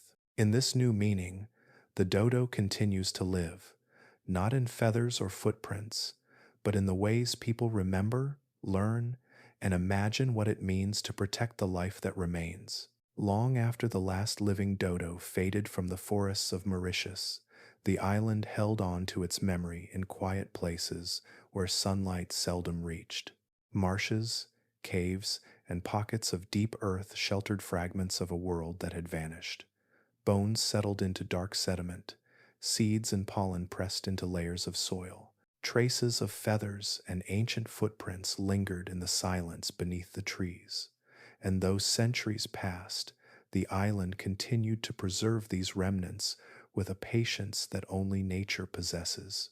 When scientists finally began to study these remains, they found that the bones of the dodo were not simply relics, they were storytellers. Each curve, each hollow, each ridge carried a fragment of a world that had existed before colonization reshaped the island's rhythm. These remains became a way of reaching back into a landscape that no longer looked the same, a landscape filled with towering palms, giant tortoises, and birds that trusted the stillness of their home. The bones revealed much about Mauritius in its untouched form.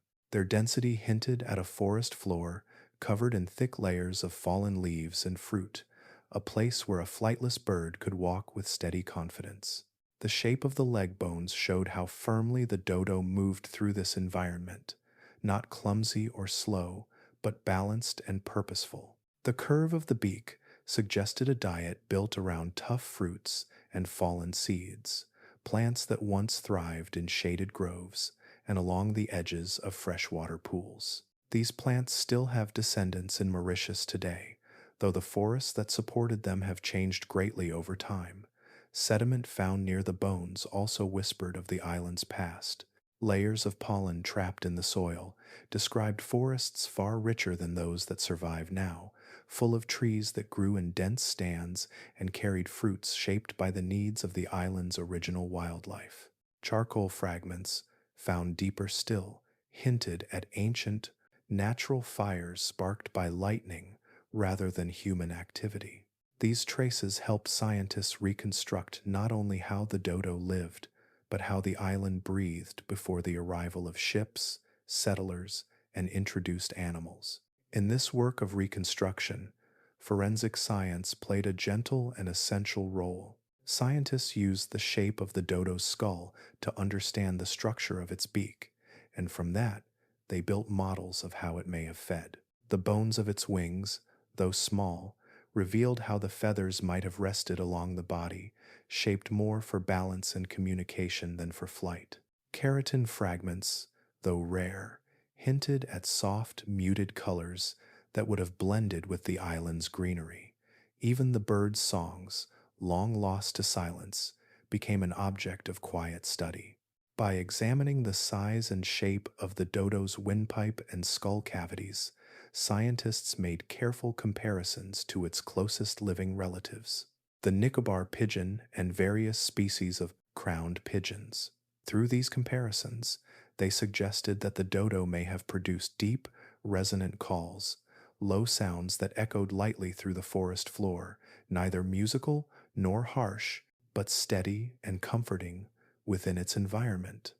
These reconstructions are not perfect, they are approximations, formed through a blend of evidence and gentle imagination, but they give us a glimpse of a creature whose voice once rose among the trees.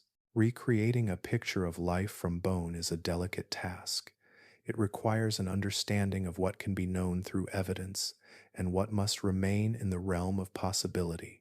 There is a difference between remembering life and recreating it. Memories, or in this case scientific reconstructions, offer a way to honor a species and understand its place in history. They give clarity to how the dodo fed, how it moved, and how it shaped its environment. They bring the bird closer to us, not as a cartoon or a symbol, but as a living creature that once belonged to a thriving ecosystem. Recreating life, however, carries a different weight. It implies bringing something back into a world that has changed so much that the original conditions no longer exist. The forests that sheltered the dodo have been reshaped by centuries of human activity. The animals it lived beside have changed in number and in kind. Even the climate of Mauritius is different now from what it was hundreds of years ago. To imagine a living dodo walking through the island's modern landscape requires confronting the reality that the home it once depended on is not the same. And so, as the study of bones continues, scientists walk a quiet line between reconstruction and reverence.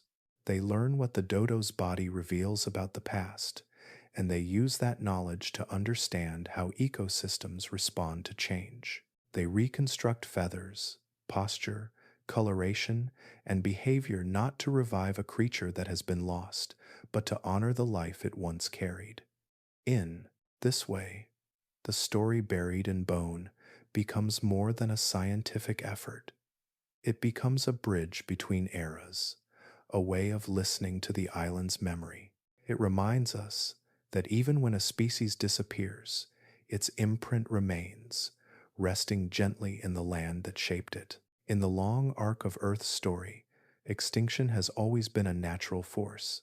Species rise, flourish, and fade. Their departures open space for new forms of life, just as ancient disappearances once cleared the path for mammals, birds, and eventually humans.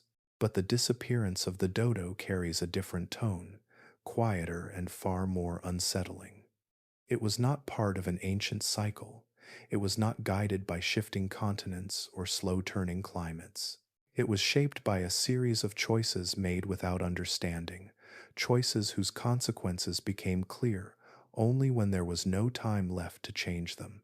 Extinction, in this context, becomes an irreversible experiment. Once a species is gone, there is no returning to the starting point, no chance to reverse the variables or soften the outcome. The lesson arrives only after the silence settles, after the forest no longer echoes with the footsteps or calls that once belonged to the vanished creature. This kind of learning is difficult because it demands reflection without the possibility of repair. It asks us to understand not only the loss itself, but the hidden moments that led to it, the everyday actions that seemed harmless until they revealed their true weight. In the centuries before extinction became a scientific idea, curiosity guided human exploration. Sailors crossed oceans to map new coastlines. Merchants followed unfamiliar trade routes. Naturalists collected plants and animals as they traveled. Curiosity, in itself, is a gentle force. It is the desire to see, to understand, to feel connected to the wider world. Yet curiosity, when paired with expansion and a lack of awareness, can shift into something more destructive. On Mauritius, when the first explorers encountered the dodo, they saw a bird unlike any they had known. It walked calmly toward them. It did not run or hide. It was large, flightless, and strange. The bird's gentleness sparked interest, and that interest quickly became interference. Some birds were captured. Some were eaten. Some were taken aboard ships as curiosities. The forests around them were altered for timber and settlement. Animals that came with ships roamed freely, eating eggs and vegetation. Each of these actions was small, almost ordinary, yet together they formed a chain of events that the dodo could not withstand. This pattern repeats in many places across the world, even today. Curiosity opens doors, but without understanding, it can lead to decisions that unravel the quiet fabric of ecosystems. A plant transported to a new continent escapes cultivation and spreads into forests where it does not belong. A pet released into the wild becomes a predator to animals that have no instinct to flee. A piece of land cleared for farming disrupts migration routes that creatures have followed for ages. None of these actions are born from malice. They emerge from curiosity, from expansion, from the belief that nature is resilient enough to absorb anything placed upon it. The dodo's fate reveals how untrue that belief can be. It shows how ecosystems, especially isolated ones, have limits that cannot always be seen until they have been crossed. It shows how a creature can be pushed beyond survival even when no one intended harm. And it shows how quickly the balance can tip, how a species that survived millions of years can vanish within decades of human presence. In this sense, the dodo becomes both casualty and teacher. As a casualty, it represents the first recorded moment when human activity directly erased a species. It stands as a symbol of what was lost before people understood the magnitude of their influence. But as a teacher, the dodo offers lessons that continue to resonate. It reminds us that extinction is final, that once a lineage disappears, its songs, habits, and roles in the ecosystem are gone forever. It reminds us that curiosity must be paired with humility, that exploring the world requires an understanding of the capony, delicate relationships that allow life to thrive. Through its bones, its story, and its place in collective memory, the dodo teaches us that every species is shaped by a deep and ancient connection to its environment. When that environment changes too quickly or too drastically, even the most specialized and well-adapted creatures can falter. It teaches us that understanding must come before action, not after.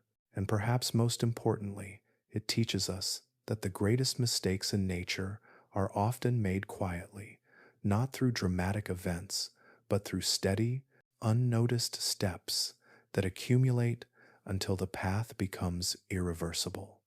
What we learned from the dodo came too late to save it, yet the lesson did not fade with the bird itself. It has lingered across centuries, shaping the way scientists view extinction, shaping the way conservationists protect imperiled species, and shaping the way ordinary people understand the fragility of the natural world.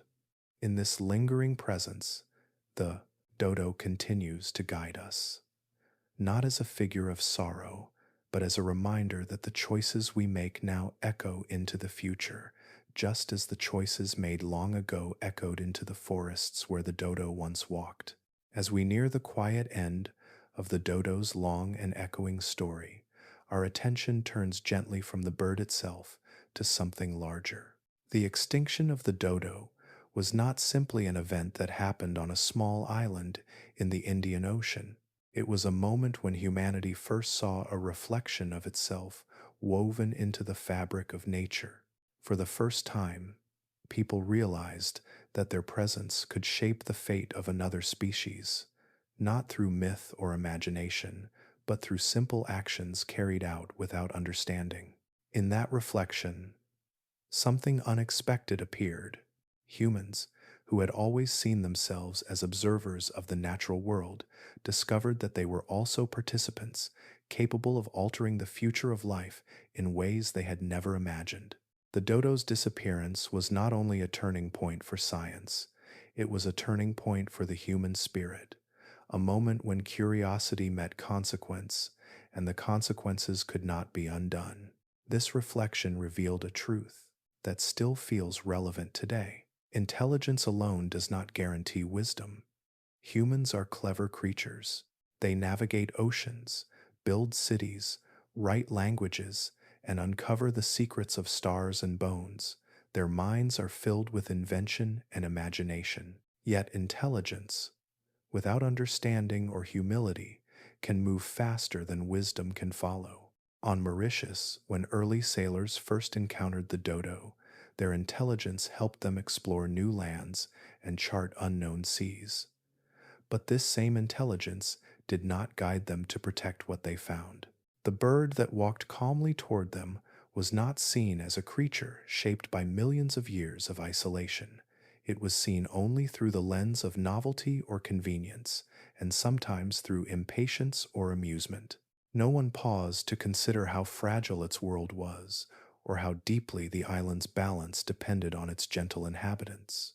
The wisdom needed to recognize these delicate connections had not yet awakened. This pattern, which began with the dodo, continues to echo. In many places around the world, intelligence drives innovation, growth, and exploration. It brings new technologies and new ways of living. Yet wisdom, which comes from understanding the long arc of consequences, often moves more slowly. It grows through experience, through reflection, through listening to the lessons carried by species that can no longer speak for themselves. The dodo's extinction offers one such lesson. It shows that life can be reshaped by actions that seem small or harmless at the moment they occur. It shows that ecosystems depend on relationships that are easy to overlook until they are gone. And it shows that power, when unrecognized or unexamined, can ripple outward into places far beyond intention. But the real mystery in the story of the dodo is not why the bird vanished. Scientists have answered that question through bones, journals, and the careful study of ecosystems. The mystery lies in something more open, more lingering. It lies in understanding whether humanity will learn what the dodo revealed. This question is not framed in worry or judgment. It is a quiet invitation. The dodo's absence leaves a space where reflection can rest. In that space, we can see how deeply interconnected life on Earth truly is. We can see how easily silence can replace song when the balance shifts too quickly, and we can see that the choices we make ripple gently or sharply through the living world. The story of the dodo reminds us that every species has a role shaped by time, by landscape, and by the relationships it shares with others. When one disappears, the world does not end, but it changes. Something subtle slips away, something that cannot be replaced. Wisdom grows from recognizing these changes before they become permanent. As we sit with this story, in the calm of a world that still holds so much life, the reflection deepens. The dodo becomes more than a symbol of loss. It becomes a measure of growth. It asks whether we can move through the natural world with curiosity softened by care. It asks whether we can explore without consuming, learn without undoing, and act with an awareness that reaches beyond the moment. Most of all, it asks whether we can carry its lesson forward, not as a burden, but as a quiet guide. The dodo's message is not loud. It does not accuse or demand. It simply stands in history as a reminder that our intelligence is powerful, but our wisdom is what shapes the future. And the heart of the mystery remains. Not why the dodo vanished, but whether we will listen to what its silence has been trying to tell us all along. As the final chapter of the dodo's story settles around us, we return quietly to the island where this journey began. Mauritius, with its volcanic bones and soft winds, still carries faint echoes of the world the dodo once knew. They linger in the soil, where pollen from long-vanished forests lies curled like forgotten seeds. They rest in the roots of trees that survived waves of change. They drift in the marshes where bones were lifted gently back into the light. The island remembers in ways humans sometimes struggle to, holding traces of what it once sheltered. And perhaps, in a quiet and more mysterious way, the dodo's story echoes through us as well. The history of life on Earth is written into our DNA, and though we are separated from the dodo by millions of years, we share the same ancient beginnings.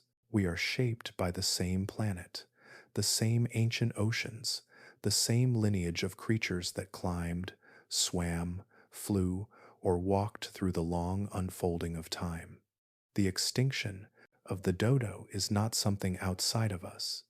It is part of the larger human story. a chapter woven into our relationship with this world. Since the dodo's disappearance, many other extinctions have carried a similar shadow. The great auk slipping away into cold northern seas, the thylacine fading from the forests of Tasmania, the Caribbean monk seal silenced along bright beaches, each one different, each one shaped by unique pressures, yet each one connected to the same pattern that began with a bird that trusted too deeply in a world that changed too quickly. These extinctions form a quiet chain stretching across centuries, a reminder that humanity's influence reaches farther than we sometimes imagine. For a long time, guilt lived at the center of these reflections.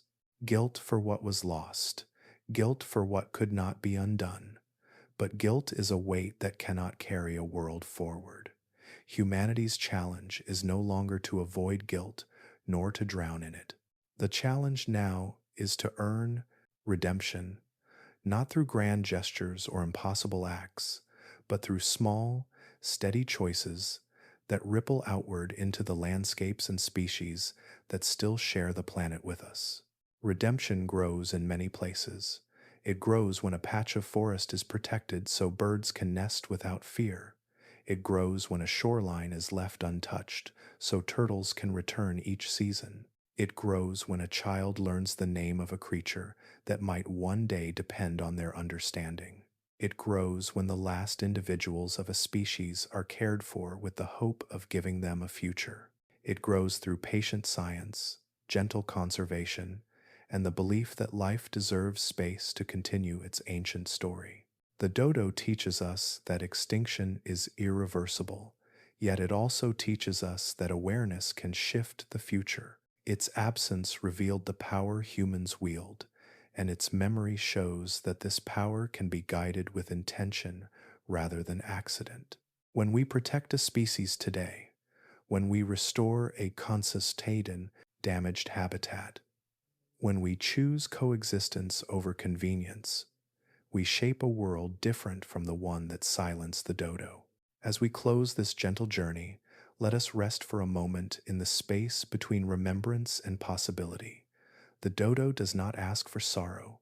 It does not ask for blame. It simply asks to be remembered, not as a creature defined by loss, but as a teacher whose story still offers guidance in the present.